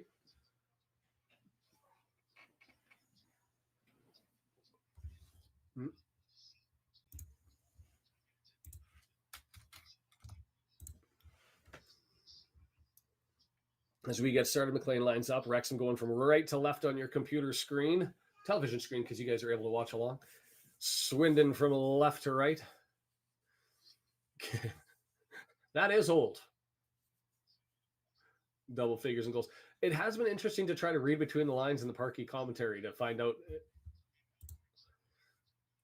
Seems to be a little bit disappointed in his ability to play through or not play through injury. McLean with it, knocks it down. It's right there. Oh, kicked it. It's there again. Block, block, block, block. It's a block party. Not the type of block party you want where you're sitting with red Solo cups and having some beverages around a bonfire. This was 2 heavy opportunities by Wrexham. Oh, chested down, dangerous spot. Yikes. Was that O'Connor? No goal. But that was ugly. This was bringing it back to let's play in FIFA and going back to 5-5 in the game where everybody's going to get a shot. One end of the pitch, kick from an attacking position, blocked. Another falls open. We get another cracking shot, blocked. And then they come back the other way, and O'Connor just chests it down 3 feet in front of him, right in front of Kemp, and who isn't able to make the play. And so things settle down a little bit. Breathe. That was crazy.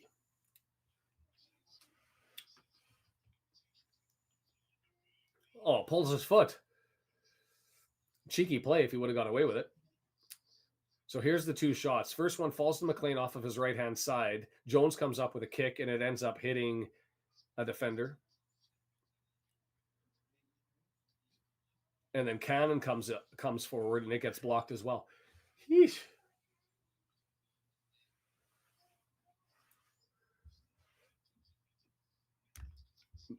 Mendy's in the middle of the pitch.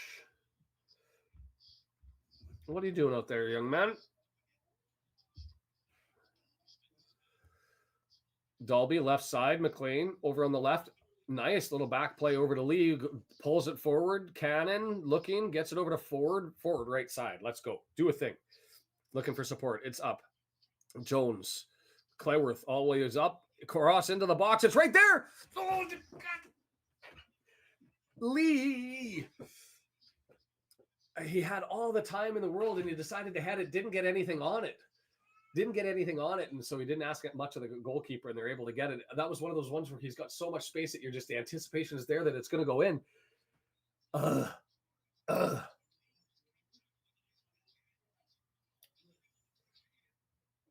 We're playing FIFA, boys, girls. Max with it. Jones up to Cannon. Dancing through the middle, taking everybody on, flicks it off to Forward. Forward, easy cross, lots available, too far. Headed clear, and we've got it. Austin's all the way in the back. Lee now with it, over on the left-hand side.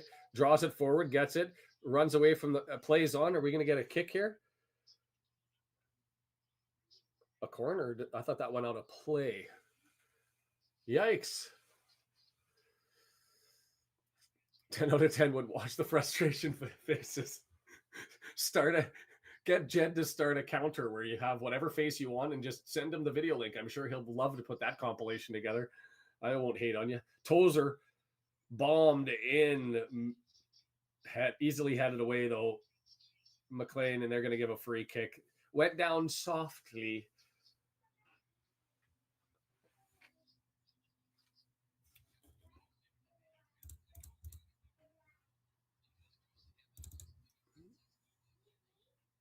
Oh, what did your Lee? What do you do?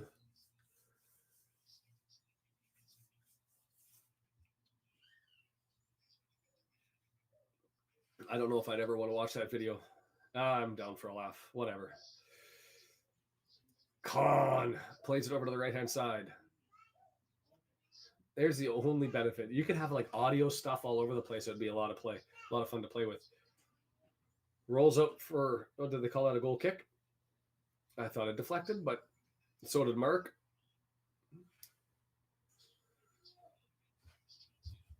Yikes. Way more interesting second half, but when you're up 1-0, I don't think I want interesting.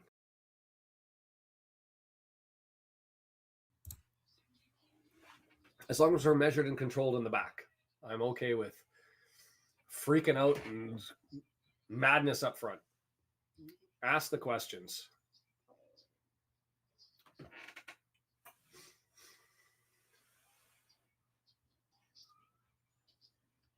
Yeah, Andrew, it was interesting to me when you look at the previous match. They only had 2 subs come into R5.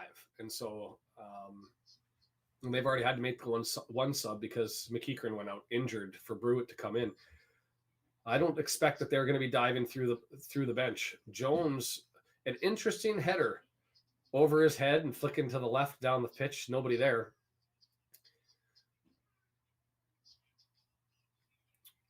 Oh, wow, that was an impressive little run, but Max, constant, steady.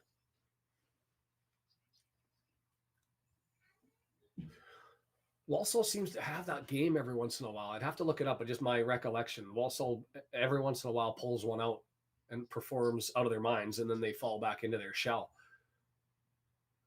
Yes, Andrew, I think that's anticipated. They were saying potentially offside. I didn't think that looked like the Mendy play that there was. I thought Tozer might have put him onside.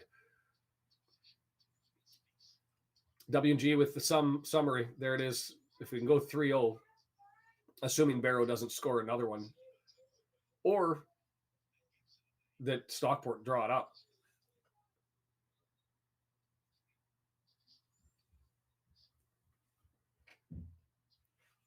I don't know why we're taking a pause.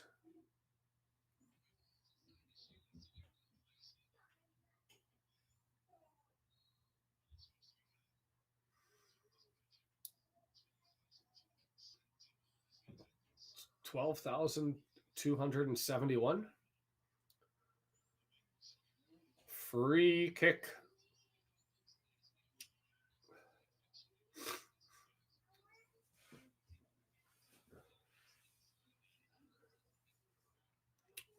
Underrated, but man, we've got it in spades. And I mean, it's been nice for the cup runs to be able to put everybody out now that that's sort of gone. But you have days like this where Mullin out and everybody sort of finds a home, and none of the players that are on the pitch are like, oh God, I've got questions about that player. They've all proven capacity, right? Nice little long ball. Is McLean going to be able to get there? He's bearing down. Ooh. Didn't miss by much on the hurry up. Minturn with kind of the soft little play over to the keeper. But here comes Swindon again through Con. Drawn back, and they're going to set it up. Yeah, Tranmere has been on a tear. Bradford and Tranmere are the 2 bottom teams that are saying, hold on, wait for us. We might want to have something to say about what's going on. If you've joined us later from the half, just a couple of things to do. Feel free to hit the like button. Feel free to go to X or Twitter and find @the Red Horde. There's a link out. Send that out there. Get more people. If you missed it, we've done our first giveaway. This one going to Brendan. We'll ship that one out. Giving away merch, having a good time, watching along. Join us for the watch party as Wrexham gains control.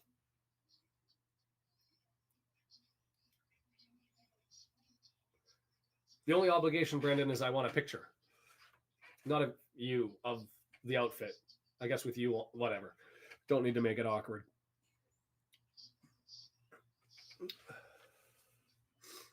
Oh, with the shots on Boyle. I really liked Boyle, and I don't know if he's fallen off. It's just his pace. And the League Two might be too much for him. But when you have a team that plays a lot of aerials, he's the man that you want to have come in.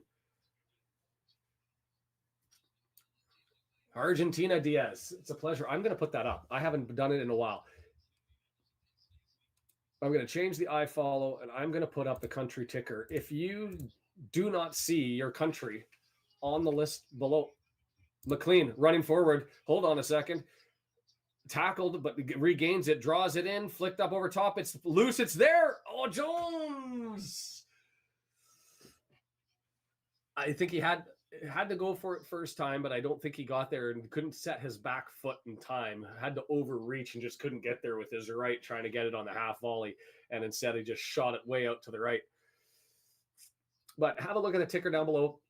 If you do not see, yes, Kim, he was in the championship, which is fascinating to me. I guess age hits us all differently, I guess. But if the country that you're watching from is not on that list, it's in alphabetical order, give a shout out. Let us know where you're watching from. We've got, I think it's 48 countries so far. I'll put up the states and the Canadian provinces that are still to be sought for, and we'll do that one as well. Sarah, Blackpool.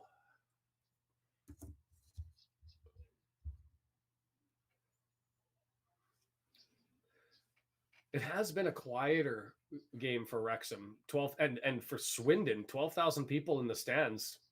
It's a church. I guess it's a 1-0 game and you're losing.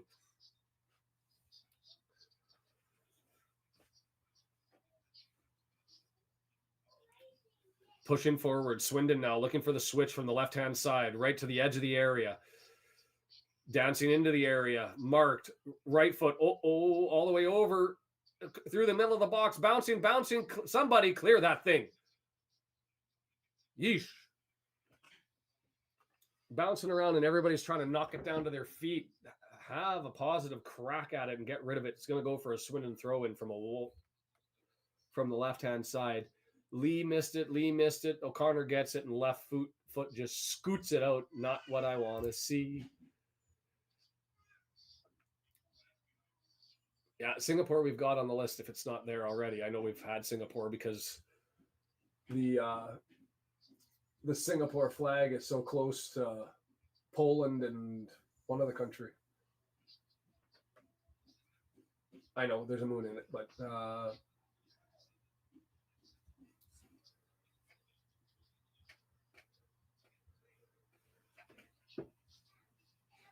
that's true, Brendan. But I just think Tozer's better in the middle of the pitch than Boyle on the left-hand side. Like Boyle, I don't think I can trust on the center. I don't know why. Pace, I haven't seen him real positionally out of position, but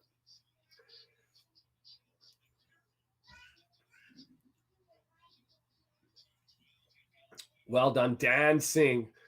Young decides I'm going to strap up and put everybody on. And Max says, no, you're not. Max giving him the stare down. The leading scorer, and Cleworth says, you know what, get out of here. I'm going to chip this out, and you guys can recycle this and try again. Stockport level, we're up to second place. The draw lined up, and a shot, but Arthur was there. Gets it wide.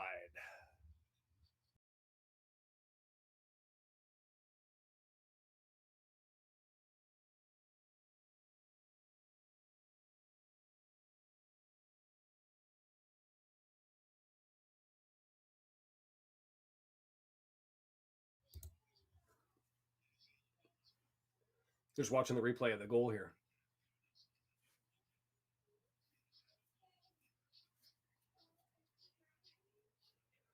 Yeah, Andrew, that's what I expected. And to be fair, when he started, he looked really positive, and then just had a bad string of games there. Really was collectively the defense as a whole. You put O'Connor in the back because we were getting run at, and O'Connor just steals the position, sort of what Max has done here. How do you take Max out? Somebody make an argument to take Max out, even in favor of Hayden, not O'Connell. I will fight you if you think it's O'Connell over Cleworth.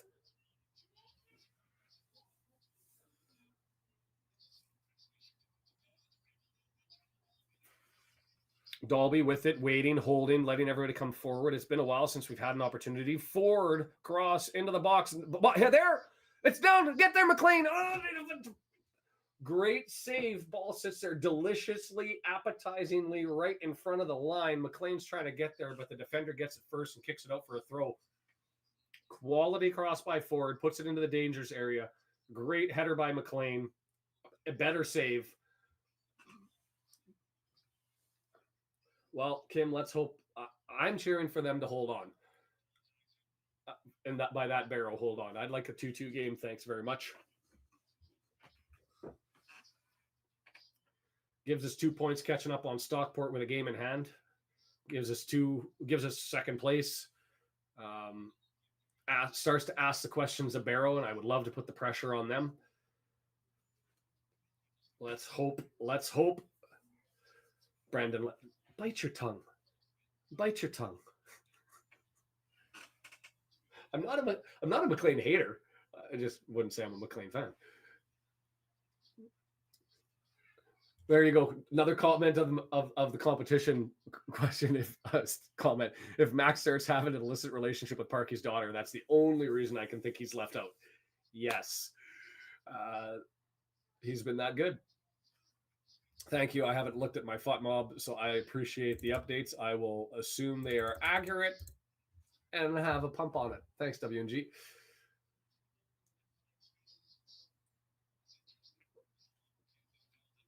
Down in possession, down in accurate passing, but we've had 2 big chances.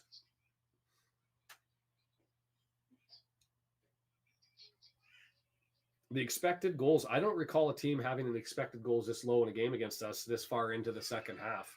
But sitting at just 0.16, knock on wood that they don't end up getting one against the run of play. Tranmere 3-1. Yeesh. Who got the yellow for dissent?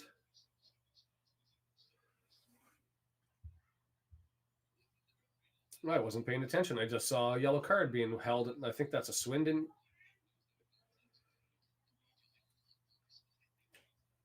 Swindon player, I assuming, got in that. Knott's back to being Knott's. Or it's just Doncaster, and you never know what you're going to get.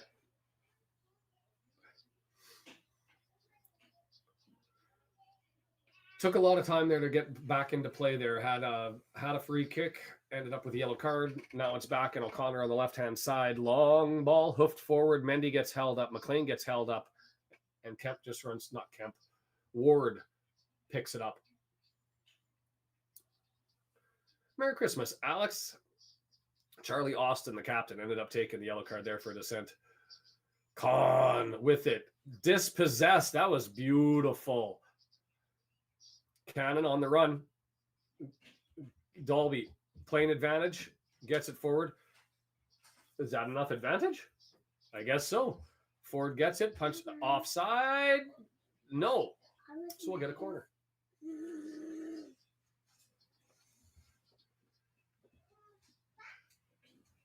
That was an interesting one because I think it was a center back not keeping a flat line. Their center backs. That's the second time they called Mendy on the offside earlier, but I don't think it was because the center back was closer to the keeper and put him on.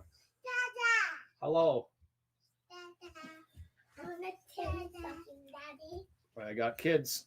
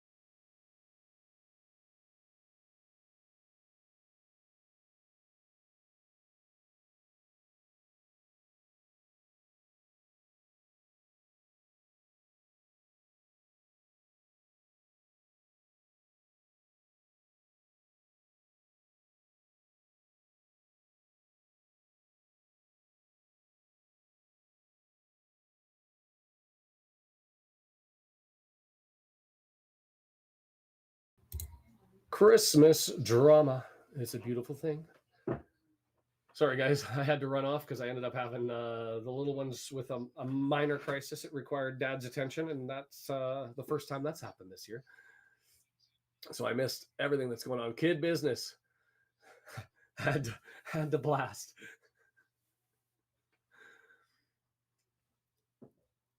I'm trying to think of a professional player like Swirly mentions Hayden's always injured. That's like him that has had a coach sort of publicly admonish him for his inability to play through injuries. I don't think I've seen it where a coach has come out and been like, it's just not good enough for me. Tell me I'm wrong. Newport score, draw it 1-2. Forest Green picked up that red card too, so there's still time and a chance there. Bradford pulling in, drawing with it closer to Morecambe.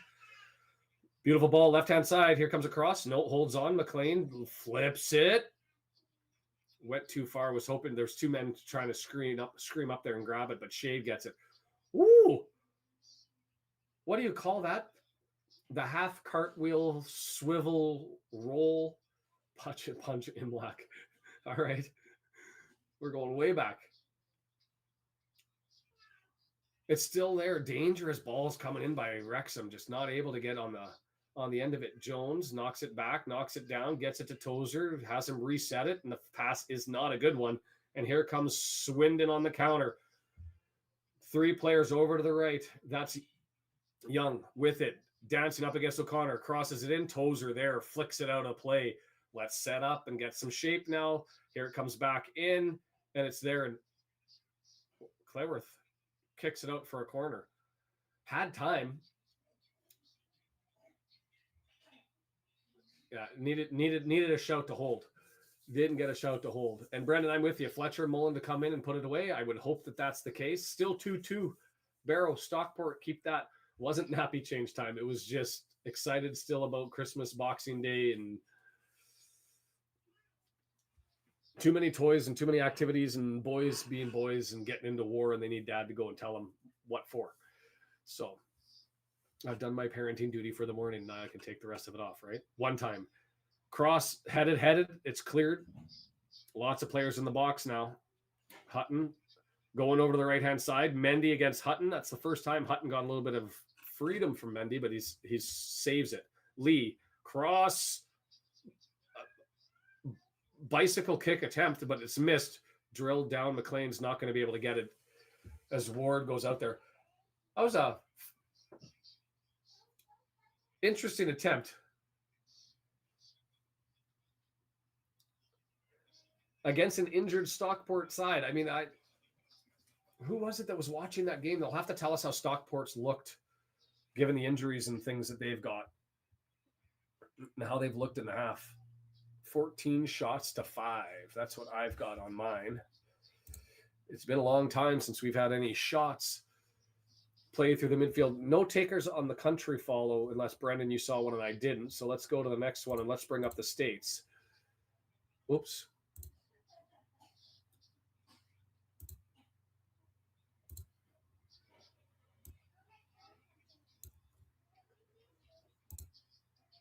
Those are the states that we do not have. So if you're in those states and you're watching the game, let us know.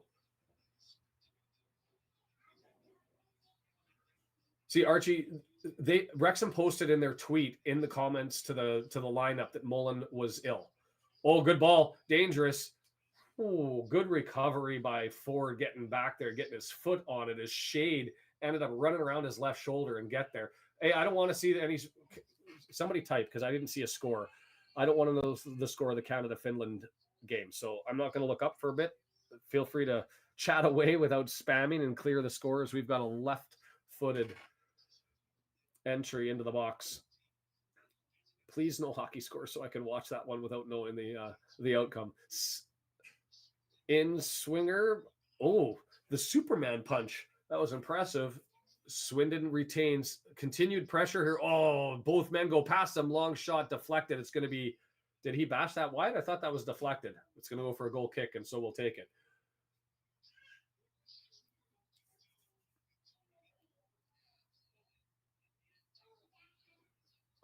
We are Wrexham. Thank you, because you've been watching that one. So that's who was watching it, and thanks for that. Spam alert. Yeah. That's the concern of putting in too many. I appreciate people who took a time out, if anybody did, trying to clear the chat. Here come the subs. Fletcher in for Dalby. 68th minute. British Columbia. That's where I'm from. The beautiful Tri-Cities in the Lower Mainland.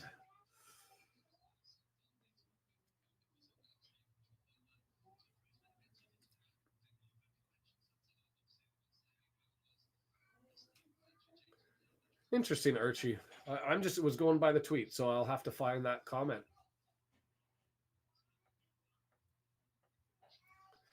I'd have no problem with grabbing Young. Nice little flick forward, and Jones is able to get control of it. Soft touch, though, and now it's lost. Are we able to get to it? Well, Clayworth runs for it, gets out of position. Or not Clayworth, that was Cannon. Pulled down. I was nervous because I thought that was Clayworth going for the move forward. I was like, no, stay in the back, stay in the back. But it wasn't. That was Cannon running forward and just missed it.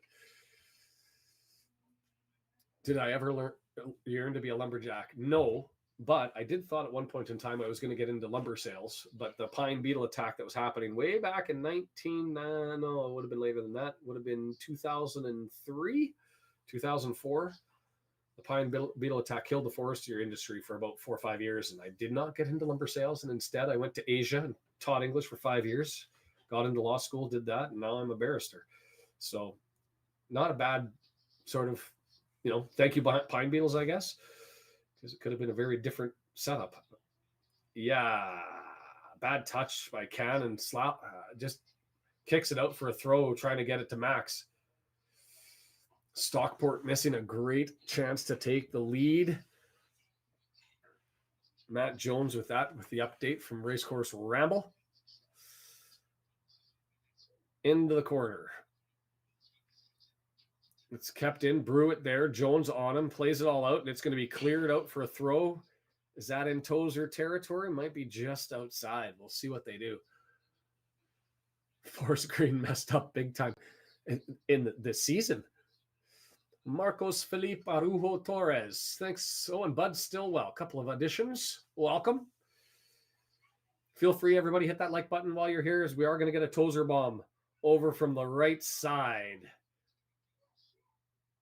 He's got to go over the turf that's flipped up on the side of the pitch, and he gets it in there. It's there, headed down. Asked the question. It got answered.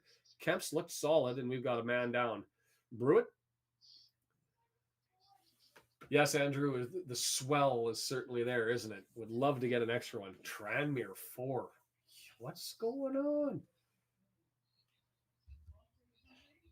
Haven't had a shot for Wrexham in a while. The momentum meter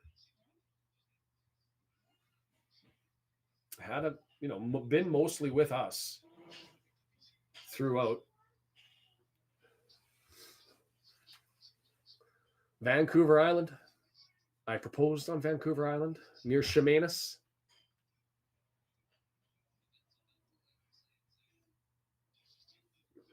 Maple Bay, I guess, to be precise. I think it has to be something in the FGR, no?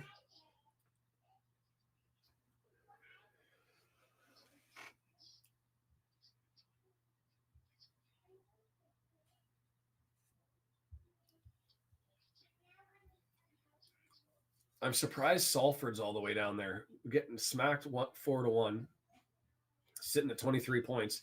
Colchester was the team that I thought most likely to join those two in the discussions, but not North Van. Goddamn pine beetles. Look it up. Hey, they make a nice blue stain on the wood. That's about the only thing that they do. It looks pretty in furniture. And other than that, it makes wood useless.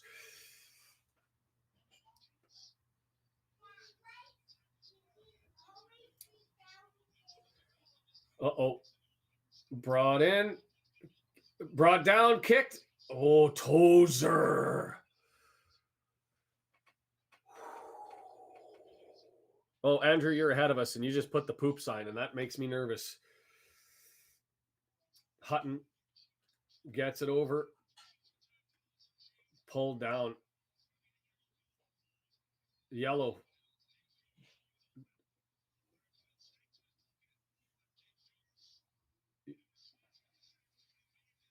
Red card.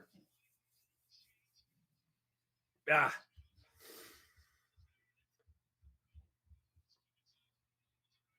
All right, let's make it interesting. Uh-oh. So Cross comes in. O'Connor not able to get there. Comes over to the other side. Kemp gets the block on. Tozer, right-footed.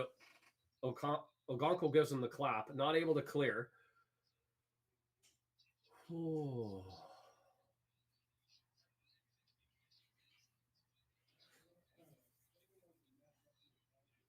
I didn't really see it to determine whether that should have been another yellow.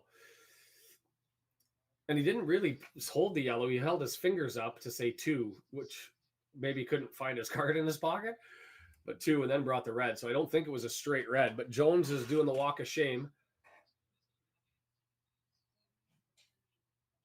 Did he give straight red?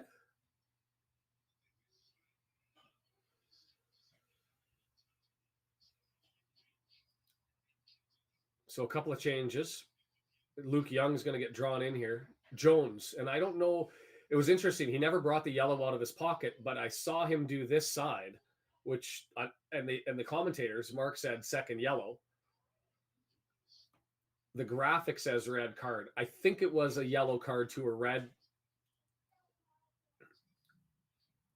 and not a straight red. God, it didn't even look like it was a questionable yellow. Certainly would have been a red. Oh, it did come out? Okay, I didn't see it. I saw this. So we're going to have a free kick from the edge of the box. Ford getting told to go running off as Luke Young comes on.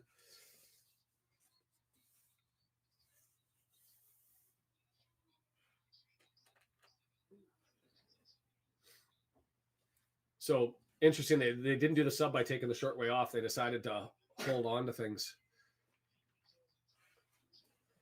because a smoke bomb hit the pitch. Don't need this level of drama. 15 minutes plus extra time to the edge of. This is a dangerous ball. Right on the edge of the penalty area. One person in the wall, tons of people in the box. I think you rocket the hell out of this into the middle and hope that one of your guys can follow it. Thanks, Andrew. Yeah, we are Wrexham saw it. I just didn't see that yellow card. Here it comes. Driven in, cleared out. Goes out for a goal kick, and they're running the ball to us to get played up. Bottles are getting thrown onto the pitch. The Swindon fans behind the pitch aren't helping out here.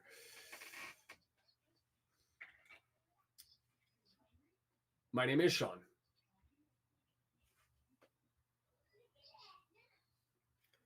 All right. Looking at taking yellows for time wasting here. Salford with a red to go on top of their 4-1 drubbing. That's not a solid performance. Wonder what the transfer window holds for Salford after this game. Up in the air, Mendy. Doubleheader. Free kick to us. Take your time. We're not in a rush. Yeah, Matt, I didn't see it. So feel free to add your commentary. I mean, I saw the player go down, but I didn't see the level of contact to be able to express my opinion on exactly what happened. I know that on the broadcast, they said that it shouldn't have been a yellow. It was certainly a free kick. Well, welcome, Sean. Can't have enough of us in the world. Free kick, left side, taking time. McLean with it. Not too many people coming up. McLean saying, can I waste some more time because he's too close, and told no. Here comes the wave. Close, dangerous. It's still there. Falls down for Tozer. He decides to go for the cross. I thought he had enough time to be able to take a shot, but he doesn't. So Fletcher with it knocks it back to McLean. And now I get the spinning circle of death. What is going on with the interweb connection today? That would be a horrible thing to be frozen at 77:45 as the clock keeps running. I'm going to go down and hit the live button. It's not working. It's not working. Are you buffering too, Andrew? Just me. Andrew will be buffering. What's going on? Did they lose the universe?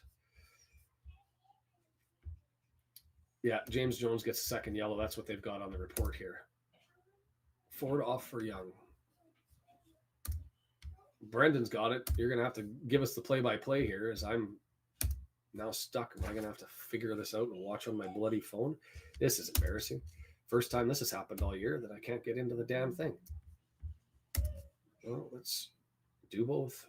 See which one comes up first.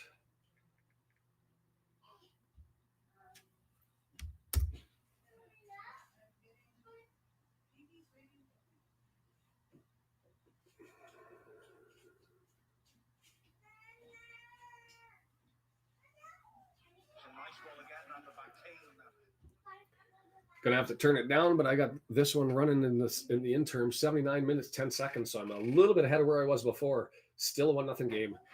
Still good news. And away we go. Little opportunity there. Gets it in. Miss hit by Young. Pumps it over to the left-hand side.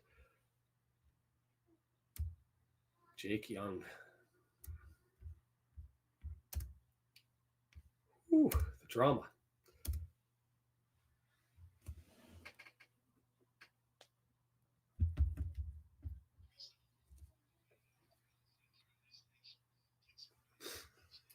We've got it back. Took forever. Yeah, it's a pain in the butt. We were lucky there with the miss hit there by Young. Not nearly as clinical, and nobody wants to play the ball, and so now it's still a scramble. Swindon get it? Do they keep it in? I don't think they did. That's got to be a Wrexham throw. Damn, Skippy, take your time. You don't want to take that throw, do you? Go give the ball to somebody else. 80th minute, not happy with the location, finds a body, throws it out.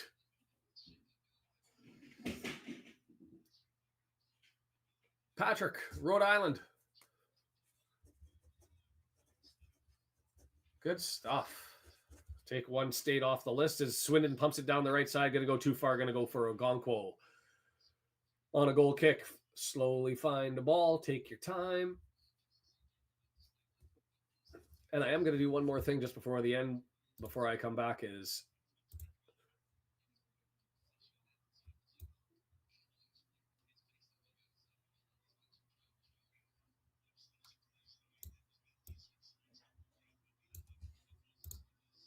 there's the Canadian provinces and territories left. Just 4 of them. Newfoundland, Northwest Territories, Saskatchewan, and the Yukon. If you're watching from one of those, feel free to let me know.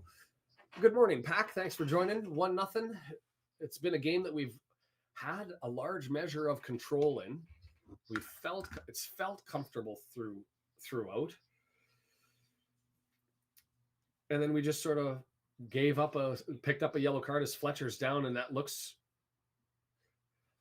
I don't recall seeing Fletcher down diving, and everybody's scratching their head concerned.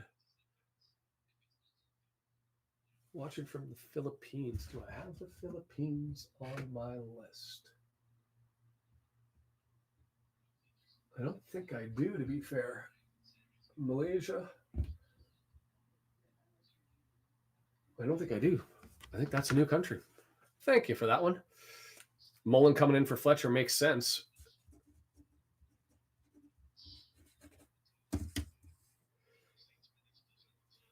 Oh. Yeah, Jonas, we ran a poll before, and I think most people are actually cheering for a Barrow win, but it was close. Don't know exactly what happened to Fletcher, but it doesn't sound good. So he goes up here. Him and Brewitt, they go up in the air. He goes up, he gets clicked in the hip, and he comes down. And I think he was hurt in contact in the air on the hip and leg, not coming down and tearing something. Mullin's shifting, he's moving around.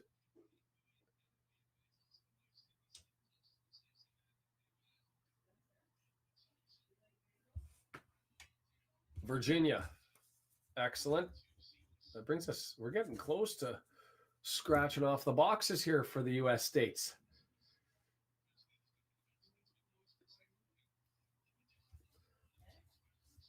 Lots more shots by the bad guys as they've been pushing forward. Nothing in the challenge, to be fair. Brewitt went up. They both had an opportunity to get to the ball. Fletcher coming in from his right, left on the screen. Fletcher going off injured, so we're down until he gets blown back in. We've got the free kick. He's hobbling.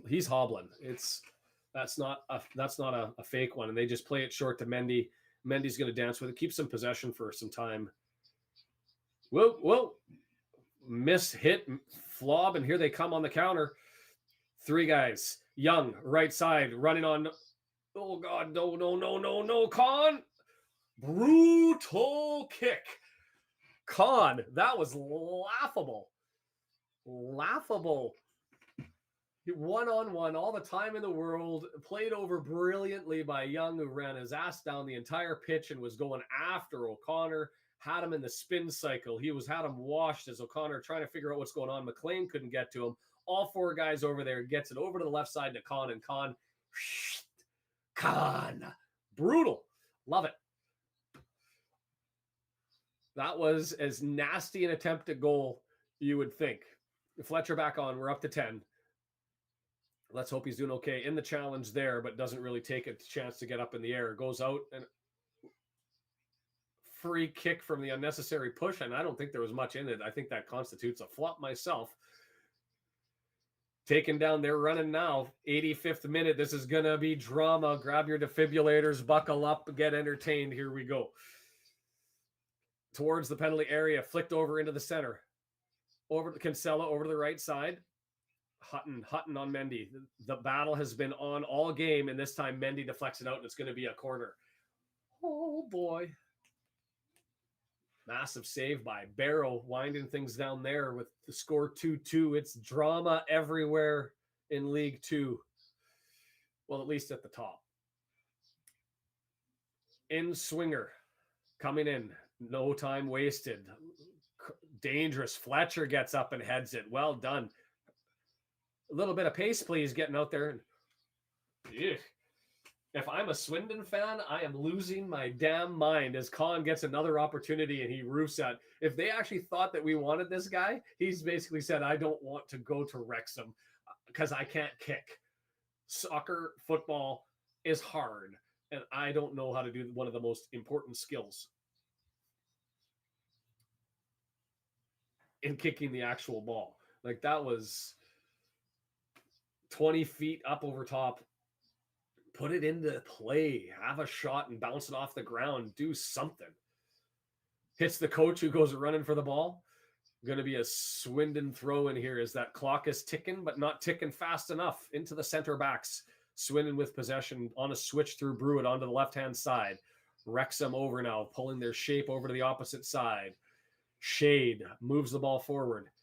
Looking to dance. Oh, he faked them out. Crosses in. Max says, nope. Get that out of here. Don't need it, and they're going to recycle here. Switched over to the right side. Hutton, Mendy, Hutton, Mendy, Hutton. Oh, danced inside of him. Rocket over the net. Barrow score disallowed for a foul. Oh. As the flop counter hits double digits, and now we know that I've got to expand the graphic. Good to know. It's been a game full of them.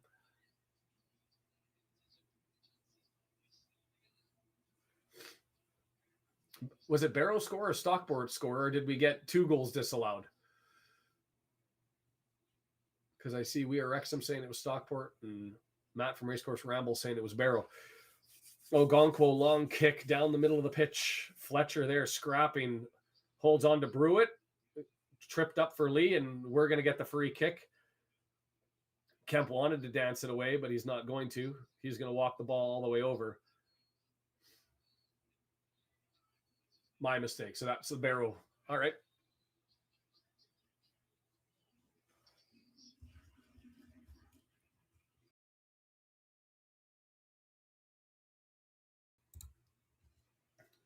'88th minute. Time ticking away. Elliot Lee standing over the box. Floated towards the edge of the area. Tozer knocks it down, but referee says, that's a push on the back, and you can't do that. Turn it the other way.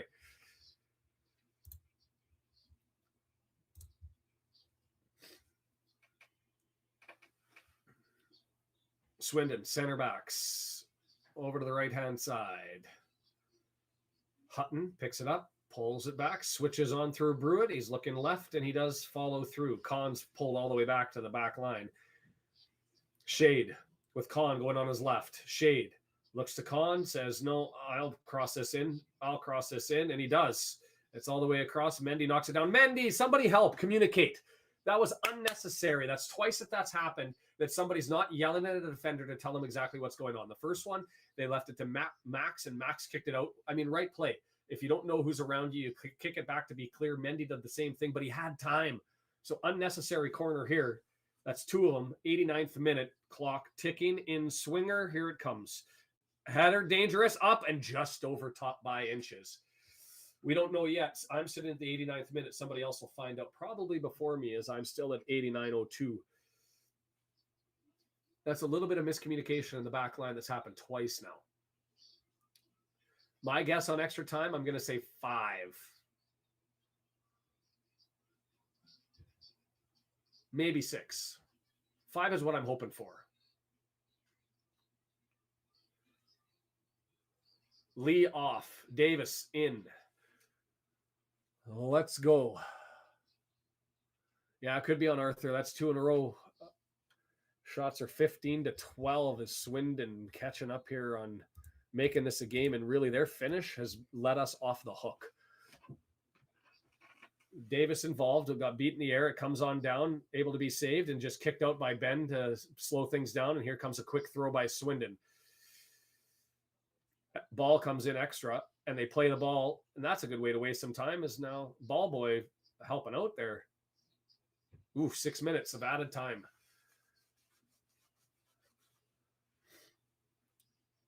Brewitt, middle of the pitch. Gets it over to Shade on the left-hand side. Shade dancing down. Well played. McLean stabs it through and takes possession. Oh, and then gives it away. And then he dances around. Luke Young gets it into the edge of the area. It's flicked up. Okay, fortunate. Bad pass by, I don't know who that was. Olstead. Anyway, it's over there. They're still coming, crossed over, cleared away. Nice, soft play by Max. Just hammer it down the pitch. You bet. Put it to the corner flag. Settle it down. Clear it. Man of the match poll. I'm going to wait till the end of this thing. Feel free to throw your names out there as to who you think should be man of the match. I'll put them up at the end as we're chatting about everything. But there's just too much going on in this one. Another free corner for this one from Max. I don't know if that was communicated or a mishit, though, to be fair. I think that one was on Max. Heard footprints scurrying in behind him, could hear him coming. And I think he could have pushed it over to the out of touch, but instead they take it quick. Here it comes. Nobody's out there. It's entered, and Fletch playing in the middle, hammers it and volleys it down.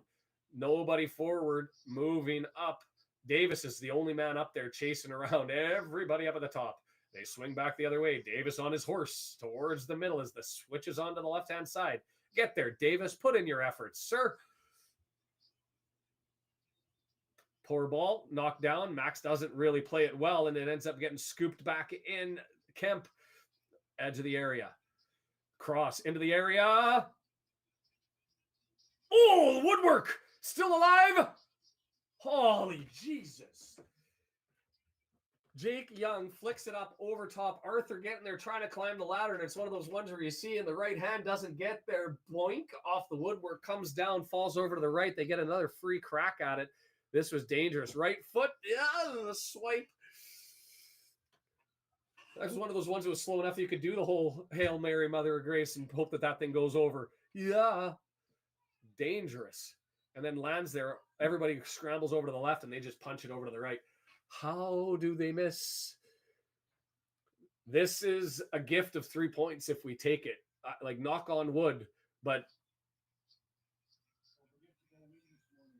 this is not finishing when we had the opportunity earlier, not being clinical enough there, and then just being let off the hook by so many misses. Like, the number of misses. Sometimes you got to win ugly, and nobody asks you how you won. They just ask if.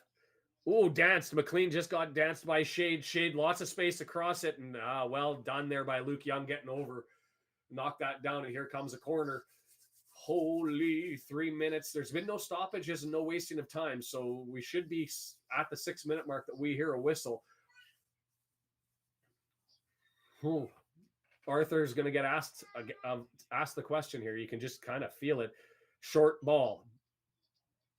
Shade in front of the area, chipped into the front.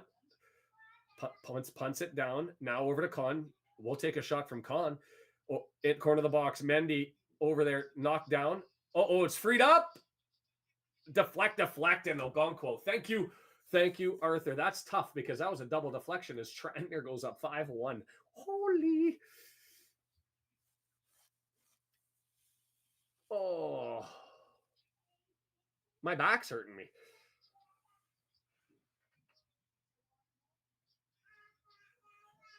Sitting at 4 minutes, 2 minutes left. Referee says, get your butt back to where it has to be thrown in. And Davis did win a throw.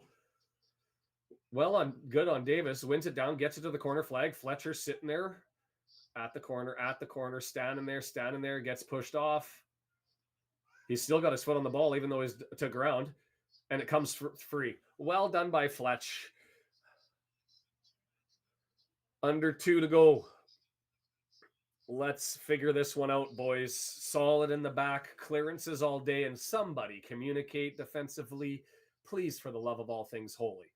Still at the center pitch. They're taking their time moving it forward. Center back's getting up, letting everybody move forward. Nice little pass.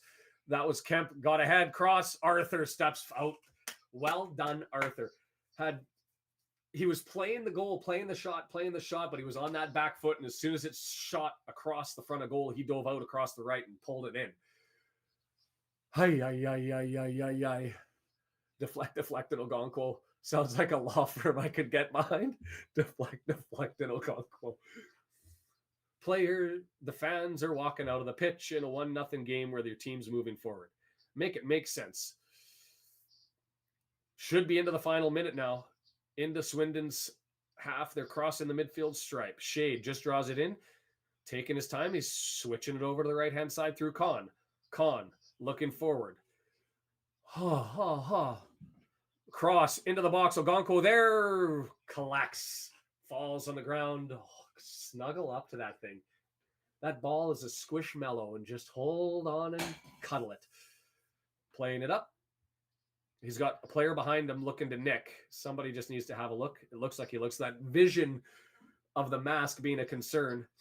He's saying time wasting, but if you want him to play the ball, get away from him. There's the 6-minute mark. We'll see what he decides needs to be added. I say blow it down. There wasn't much there. Yes. Count it. The garbage win. Holy. I don't even know what to say about that one. The poll should be man of the match. Con, does he go in? Because he gave that to us with a couple of misplays. Yikes. I'll get to the table in a second. Man of the match nominations. I see Ogonkwo being there with a shout. I see McLean being there with a shout. I see Clayworth there. Is there anybody else besides McLean, Ogonkwo, and Clayworth? I'll let you guys talk about that. I'll throw the poll up in a second. I've got to take a breath. Tell me I'm wrong, but that was the most fortunate 3 points that we've taken. I will always take 3 points, even if we didn't win. Newport fans thought that we played like garbage before, and we're fortunate to end up. I don't agree with them there, but I'll tell you what, if a Swindon fan came out and told us after that one that we didn't deserve it, I wouldn't disagree, but it doesn't matter because we won. So Ogonkwo, McLean, Oklahoma. I don't know if that's a new one or not, but I'll write it down just so I can check it out. Sharon, you're welcome. I enjoy doing the chat and getting you guys all settled in and having the ability for everybody to take part. I'm going to put the poll up then with just those 3 as the nominees. So just give me a second here to throw that up. Starting a poll. Man of the match. And alphabetical order would be Cleworth, McLean, add option. Can I spell clean? No. Too early in the morning. Can't spell clean. And Ogonkwo. Let's start a poll. There you go. A fascinating game because we had all the opportunities in the world and it was just not quite clinical at the front. And McLean did play exceptionally well. He had a couple of missed plays as Morecambe comes back against Bradford. That's fascinating. And I missed that. Full-time Barrow Stockport. Good news there as far as we're concerned. Paolo, you're welcome. Feel free to come and join again. We're here for every game. We'll be back on the 29th. The Barrow game looks like it's over. Yeah. W&G just reported full-time. So Kim says, I can't vote, but I'm voting for Max on this one. That's 2 epic performances in a row. So to me, it's got to have that. But I see Ogonkwo's well ahead at the 66%. maybe if he wins all the man of the matches, he'll really, but that we put on, that we hosted, maybe Ogonko will be like, yeah, it's because of the Red Horde that I want to stay here. Take it, be happy. I will survive. 4 points away from first place with a game in hand. So things are good. Walsall coming up. Barrow 2 games away. So Stephen, there's just hit exactly what I said. Draw means we moved up. Bring the table up. I'm interested to see the divide between 4th and 5th. But you need these. Andrew's exactly right. It's wins like this that are so critical and come the end of the season, and that's just it. Sometimes you don't play your best. Sometimes you pick up a red and things go south, and you got to tie a knot in the edge of the rope and just hold on. And it's not pretty. You're getting bashed in the wind, but we held on. And that's the description for this one, because we were certainly looking good up until the final third. McLean had that 2 pitter-patter where he was moving forward and couldn't get enough on it on the left-hand side. So the lights all change here. And that was somewhat disappointing that he didn't get there. He had another miss too where he skied it up over top. Nowhere near as off target as Khan, which if anybody suggests his name in the January window again, I will go to war with that person. Not okay. A fascinating outcome. 29th, we're here for Walsall. Before you leave, if you haven't hit the like button, please go ahead and do that. It just helps with the algorithm. It puts me up in front of notice at the start of for the next one when we go about. I'm going to just update the shots here just to make sure and go through those.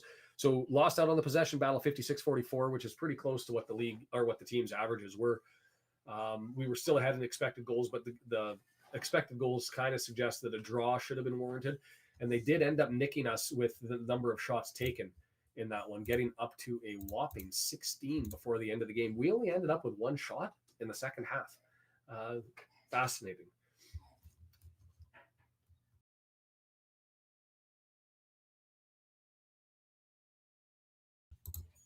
Their accurate passes, 81%, 330 of them, so they were dominating us there.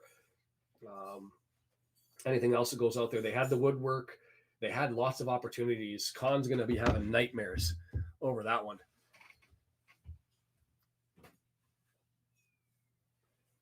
Yukon. Love it. That leaves the Northwest Territories, surprising Saskatchewan, my home province, where I have tons of people who I talk to about what I do every day, and none of them have joined me. I'm going to go back out to Saskatchewan, and I'm going to drop some elbows on some friends. If you missed earlier, our first giveaway from the Red Horde, Merry Christmas to Brandon, who's going to take this home. I'm going to drop that in the mail sometime next week. And so that's amazing. Jonas, you are more than welcome. Yukon's Canada.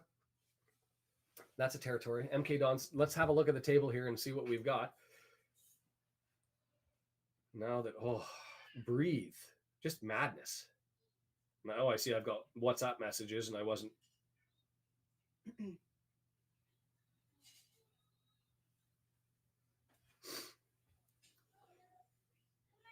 Oh, boy. Deep breath. Total madness. 10, and Arthur gets it. I'm looking over at the poll.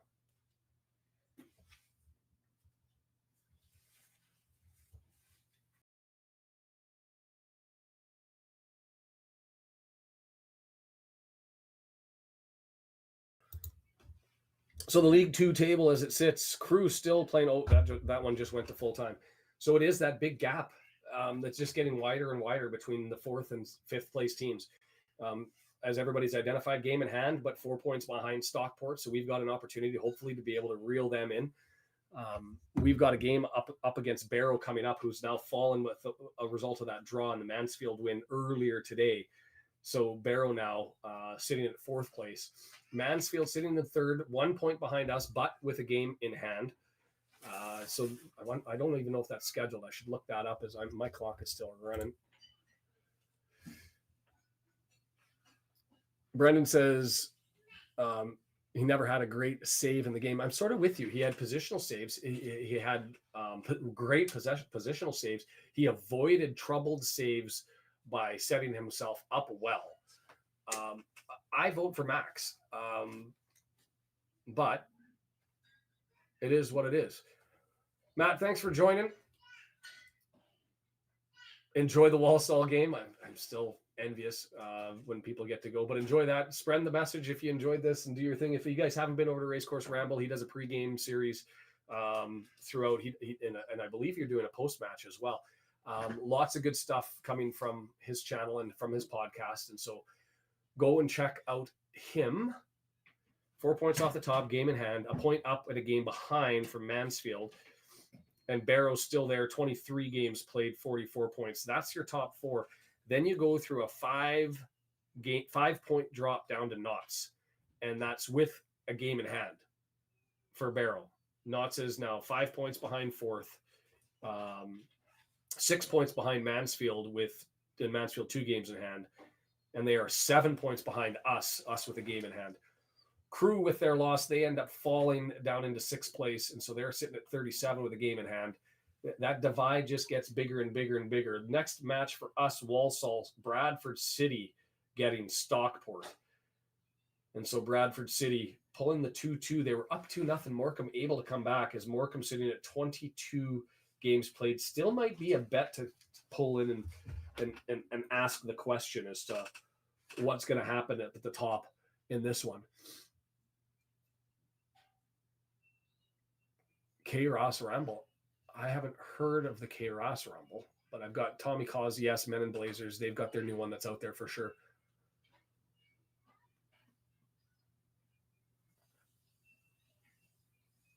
Dave says Cruz lost shows they might be falling out of the top 3.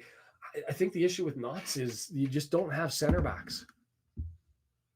You don't have center backs. And Mohammed, I know they needed to have that second one. We said it early on in the game, and they just didn't find it. Walsall, I don't even know if I'd give them average, Kim. I mean, I haven't been impressed with anything that I've seen from them. But everybody has their opinion, and you may not be wrong, but they're sitting in 16th. They've played 23 games, 30 points, just slightly better than Newport. I mean, I am surprised Swindon's as low as they are with how much offensive firepower they have. But just and they have statistically a good percentage on the shots to goals, but just not. Wrexham, oh yeah, playoff position is, I mean, we'd have to fall off the planet to not have that. The question for us is, can we keep putting the points together to get to where we need to be? We have a lot of the top teams coming home to the Racecourse, so that's an advantage. I think there's only one top team that we have to go away for. It'd be a lot of fun. My dream scenario is that game against Stockport and Wrexham means nothing as far as promotion. Both teams are secure and know they're going up, and all they're playing is for the championship. I don't care if we need to win or draw to take it, or just give us a chance to play for it. And that's what I'm hoping for. Yeah, Kim, and that's the thing. It's out of par. I don't know what has happened in the last couple of games and whether their conversion rate has been lower. But statistically for the season, they've been a lot better.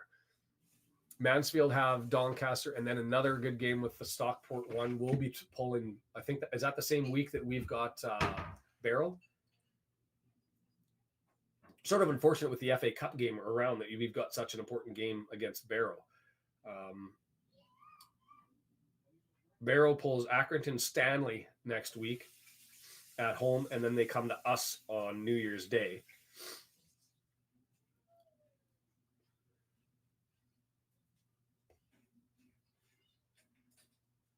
And just Mansfield, yes, Donny at home, and then Stockport away on January 1st. So you could see another big table change up after January 1st. I've always understood it to be January 31st at midnight. But have I looked into that definitively? No. Matt's gone. Andrew might know. Oh, is the official name for the Racecourse? Oh, Andrew, I know that, but I just thought the Racecourse Ramble, K. Ross Ramble. I didn't know if somebody went with K. Ross as a second YouTube channel or podcast that's out there that I hadn't heard of. The Dons match is postponed because of the FA Cup. Cheeky move. I wouldn't be you have us on the First, you've got Crew. Or sorry, I just want to go to our schedule here for a second.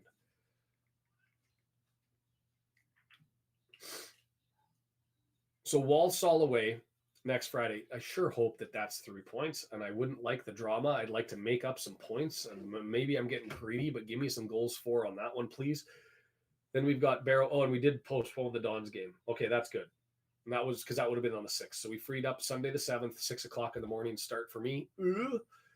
That'll be an early one on Sunday.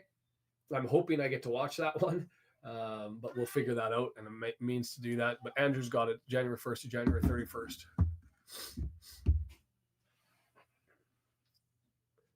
Evans has to be. Yeah, Jones gets his 1 match for the 2 yellow accumulation. Evans, is this the second game since the red card? No, he'll have 1 more.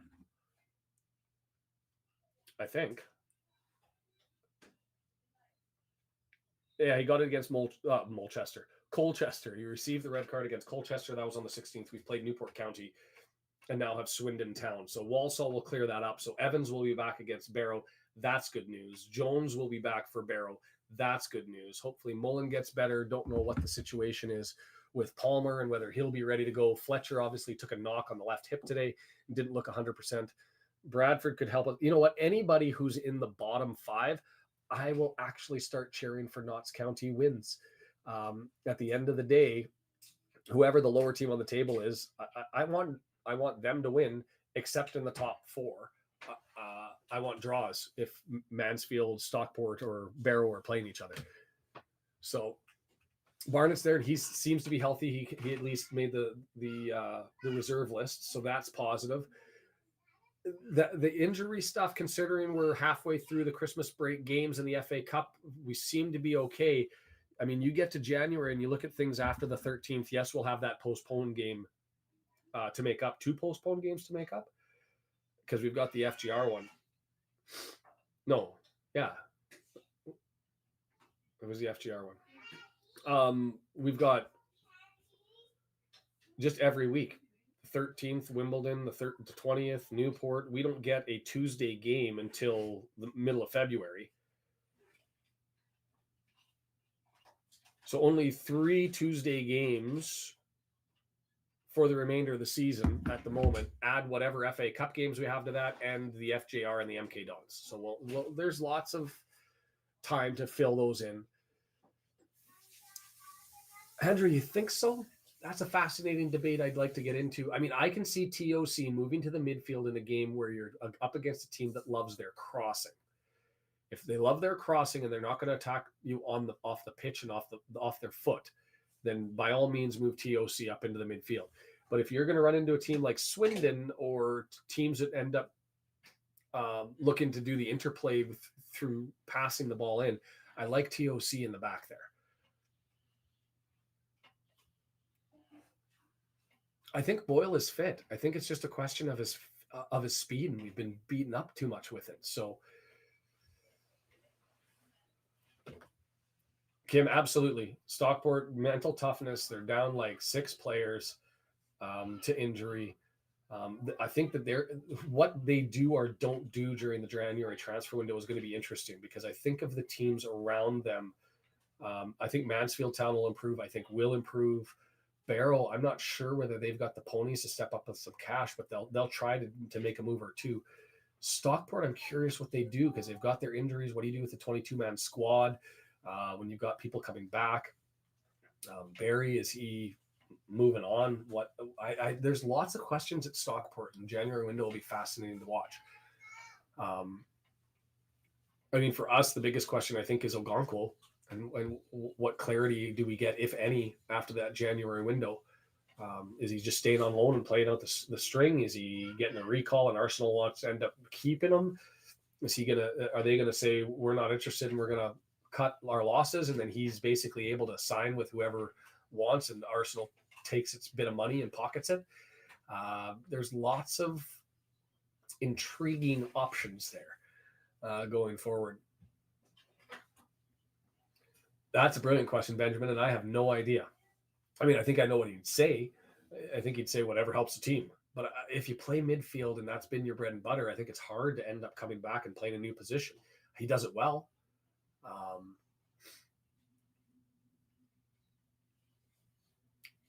Kim says Arsenal won't recall him. I can't see it either. So to me, it's all about Arsenal trying to get paid here. So he's either with us on loan or Arsenal gets his money. They're not going to want to let him go on a free, and I don't think they're going to extend him. But we'll see what happens. I'm hoping Ogonko, more than anything else, ends up taking Goodman, the keeper that we were just up against, who can play for Canada, Nigeria, or England, and currently is with the England U20s, and Ogonko is not. Ogonko and Goodman are both desired by Nigeria. I want Ogonko to at least clear one of those teams out, secure a Canada England U20 spot or a Nigeria U20 spot, just so that Goodman may end up choosing Canada.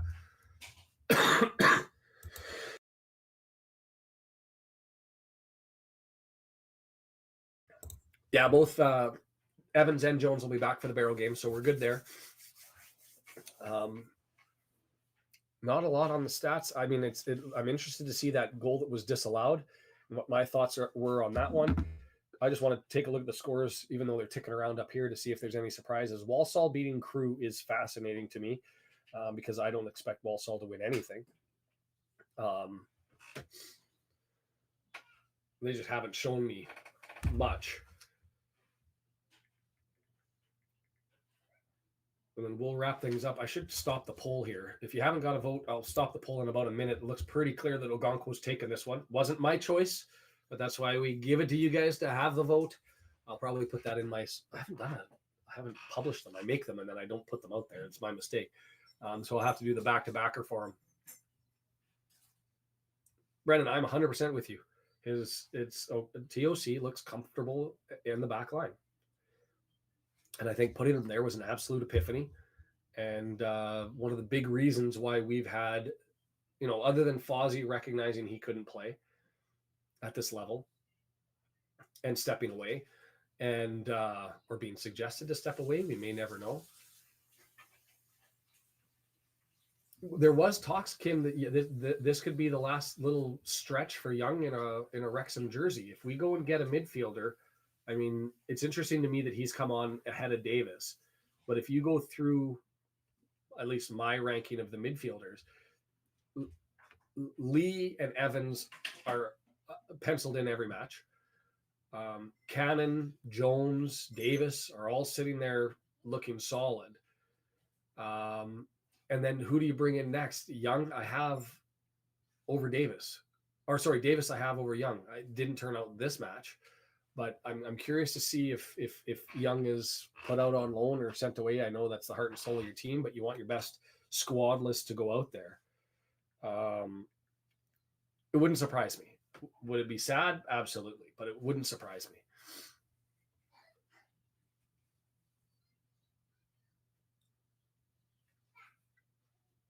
Andrew thinks it's going to be Young, Lee, and TOC in the midfield on Friday. I would only say that if Parky's wanting to put out a team that he thinks is going to eke out a win and preserve players with knocks and get people ready for the Barrow game, but that's a risky play. It's an away game. To me, that's not our strength, not our option if we want to win it. Jed, I can't. Why would Evans go unless somebody's going to pay a massive glob of cash? Like Evans is one of the few players that I'm fully confident can play in League One. And if we're going to get a promotion and he sits and stays, I think he stays. And what you're looking for is 23 to 26-year-old guys who can end up stepping up into League One and making the growth, right? I'm not an EOC fan. Too many out of position plays and not good moving the ball up the field. He's great in the air. He's not bad tackling. His pace, I don't have an issue with it. Yeah, Andrew. So his opinion, none. I can't see. I mean, unless somebody was to step up and say we want him in the championship, and we're going to just drop an insane amount of money that you just can't refuse it. That would be the only reason. I don't think Wrexham's looking to move him at all. But it's one of those things like the Lee rumors that were going out with Birmingham. Um, it depends on like this talks, right?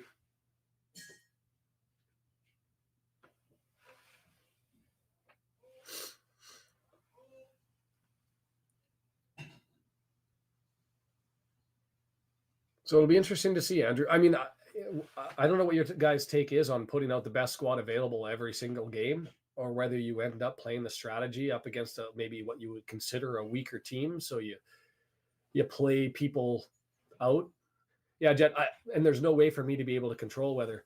I mean, what do you think the transfer is going to be if it's over £500,000? I think you start to have to think about it. Right? I don't know. It'd be expensive to wrestle him away. I know that much. Hugh, that's the sort of optimism I want. Feel like he loves it and will sign for us in January. If the money is on par, I don't feel with Arthur that being away from where he was raised in London is a big deal to him. And the fact that he's got the notoriety and the love and the support that he's got, I think that goes a long way to a young man wanting to stick with the club. So it'll be interesting to see how that all pans out and what Arsenal ends up saying about it. But the window will be fascinating. The FA Cup match is coming. We've kind of got a whole hum trap game against Walsall. And then we get stuck in. I mean, we go Barrow, and then we've got Shrewsbury right after that with the FA Cup match. It's going to be a run. Just looking at those scores, MK Dons over Colchester, that's a team that I'm still surprised has moved up the table a little bit, because I thought that they were going to be in the run with FGR and Sutton for the bottom of the table. Newport County over FGR, again, that's a reason why they're there at the bottom of the table. That Tranmere Salford City is the shock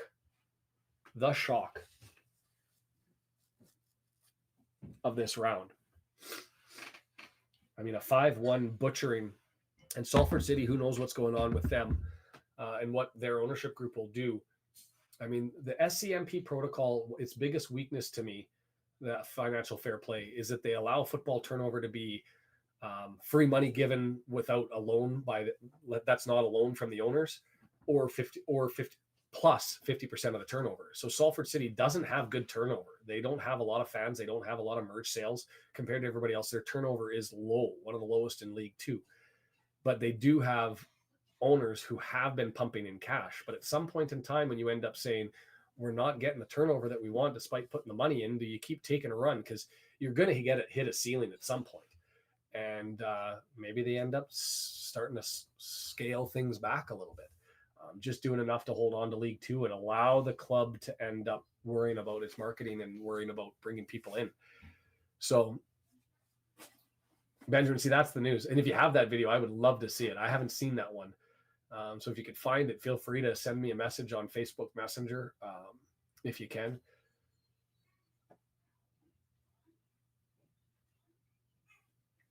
Kim, I do agree. Promotion is huge.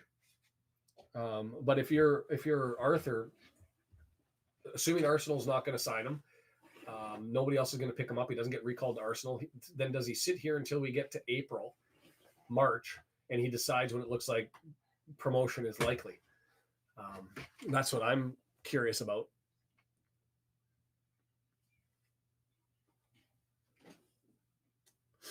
And for the people of Wrexham that have been fans for an extended period, here's the question there's lots of players who are referenced in Wrexham lore who were forwards or defenders or the 10 men out front. As far as goalkeepers, I don't recall hearing like that was a legendary goalkeeper that, I've heard of amazing saves.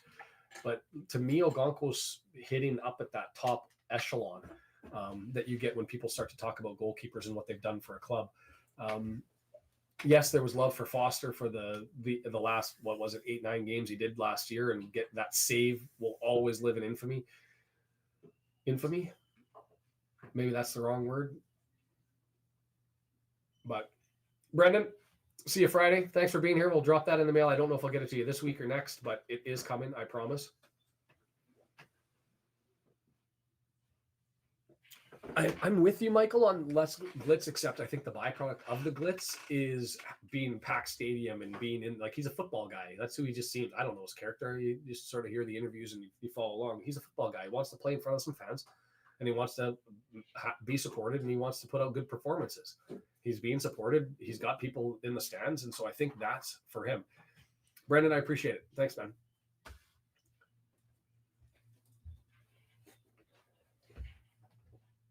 Yes. That would be a contractual term that he certainly can enter into. We are Wrexham saying Arthur could ask for a release clause with the no promotion result. It's a bit unusual, but it has been done. I would think that you do whatever you can as Wrexham to secure him, or have the opportunity to secure him. If that's what he says he needs fundamentally to be able to stay here, you give him that chance. So that'll be fascinating to watch. We will have some drama through January.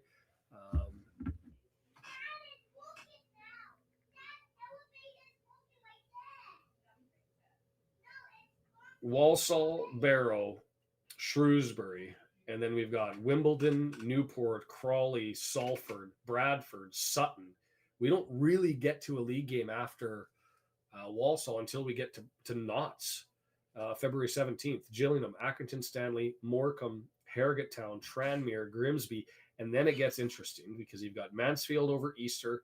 You got a couple games off Donny, Colchester, Forest Green as far as quality of opposing side, Crewe, and then Stockport. So there's a gap to make a run and put on points. So it's going to be a lot of this and a lot of squeaky bum time all through the rest of the season. Nobody's going to run away with this bad boy. It'll be interesting to see, and I don't know the injury reports in Stockport as to when they get their guys back. I just want to check something to make sure that my understanding is correct.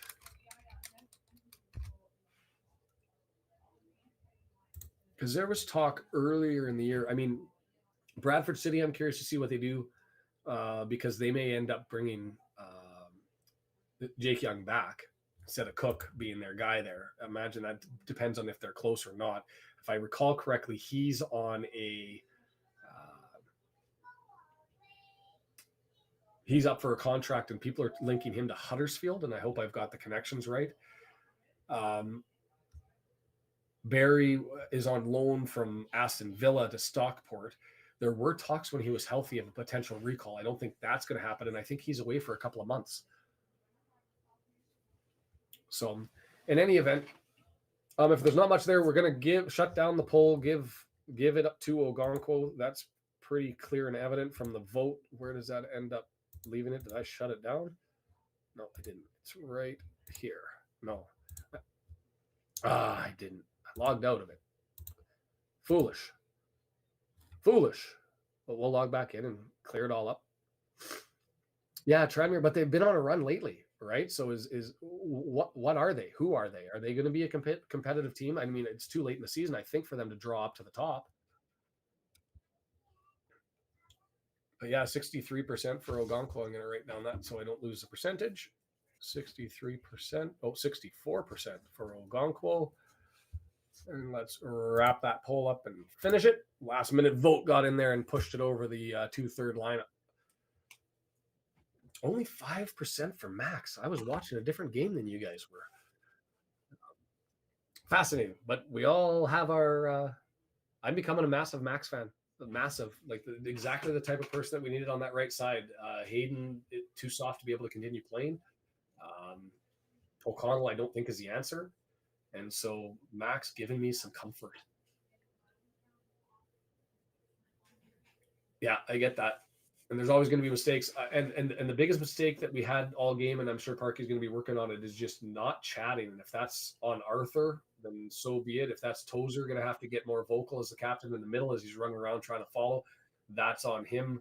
But somebody's got to end up chirping to make sure that they know what's going on. Still sitting there with 51 people, but I'm going to end up marking it and saying goodbye. We're back here on Friday in the afternoon for me, a late night game for you guys in the UK. Away to Walpole, and then we'll buttress it up. Don't go too crazy on New Year's Eve because we'll be back here on the morning after New Year's Eve for me to pull in the big one against Barrow, and then we'll buckle up for a week later on Sunday morning. I'm with you. Anyways, this has been a blast. If you haven't been here before, like, subscribe, do all that sort of stuff at the end of it. It's been awesome. Thank you so much for taking part of the chat. You guys make this what it is, and it's been a lot of fun, and I enjoy doing it. So thank you for being here. We're going to say goodbye. Take care. Sean Driver, the Red Horde. Enjoy your Boxing Day. Happy shopping.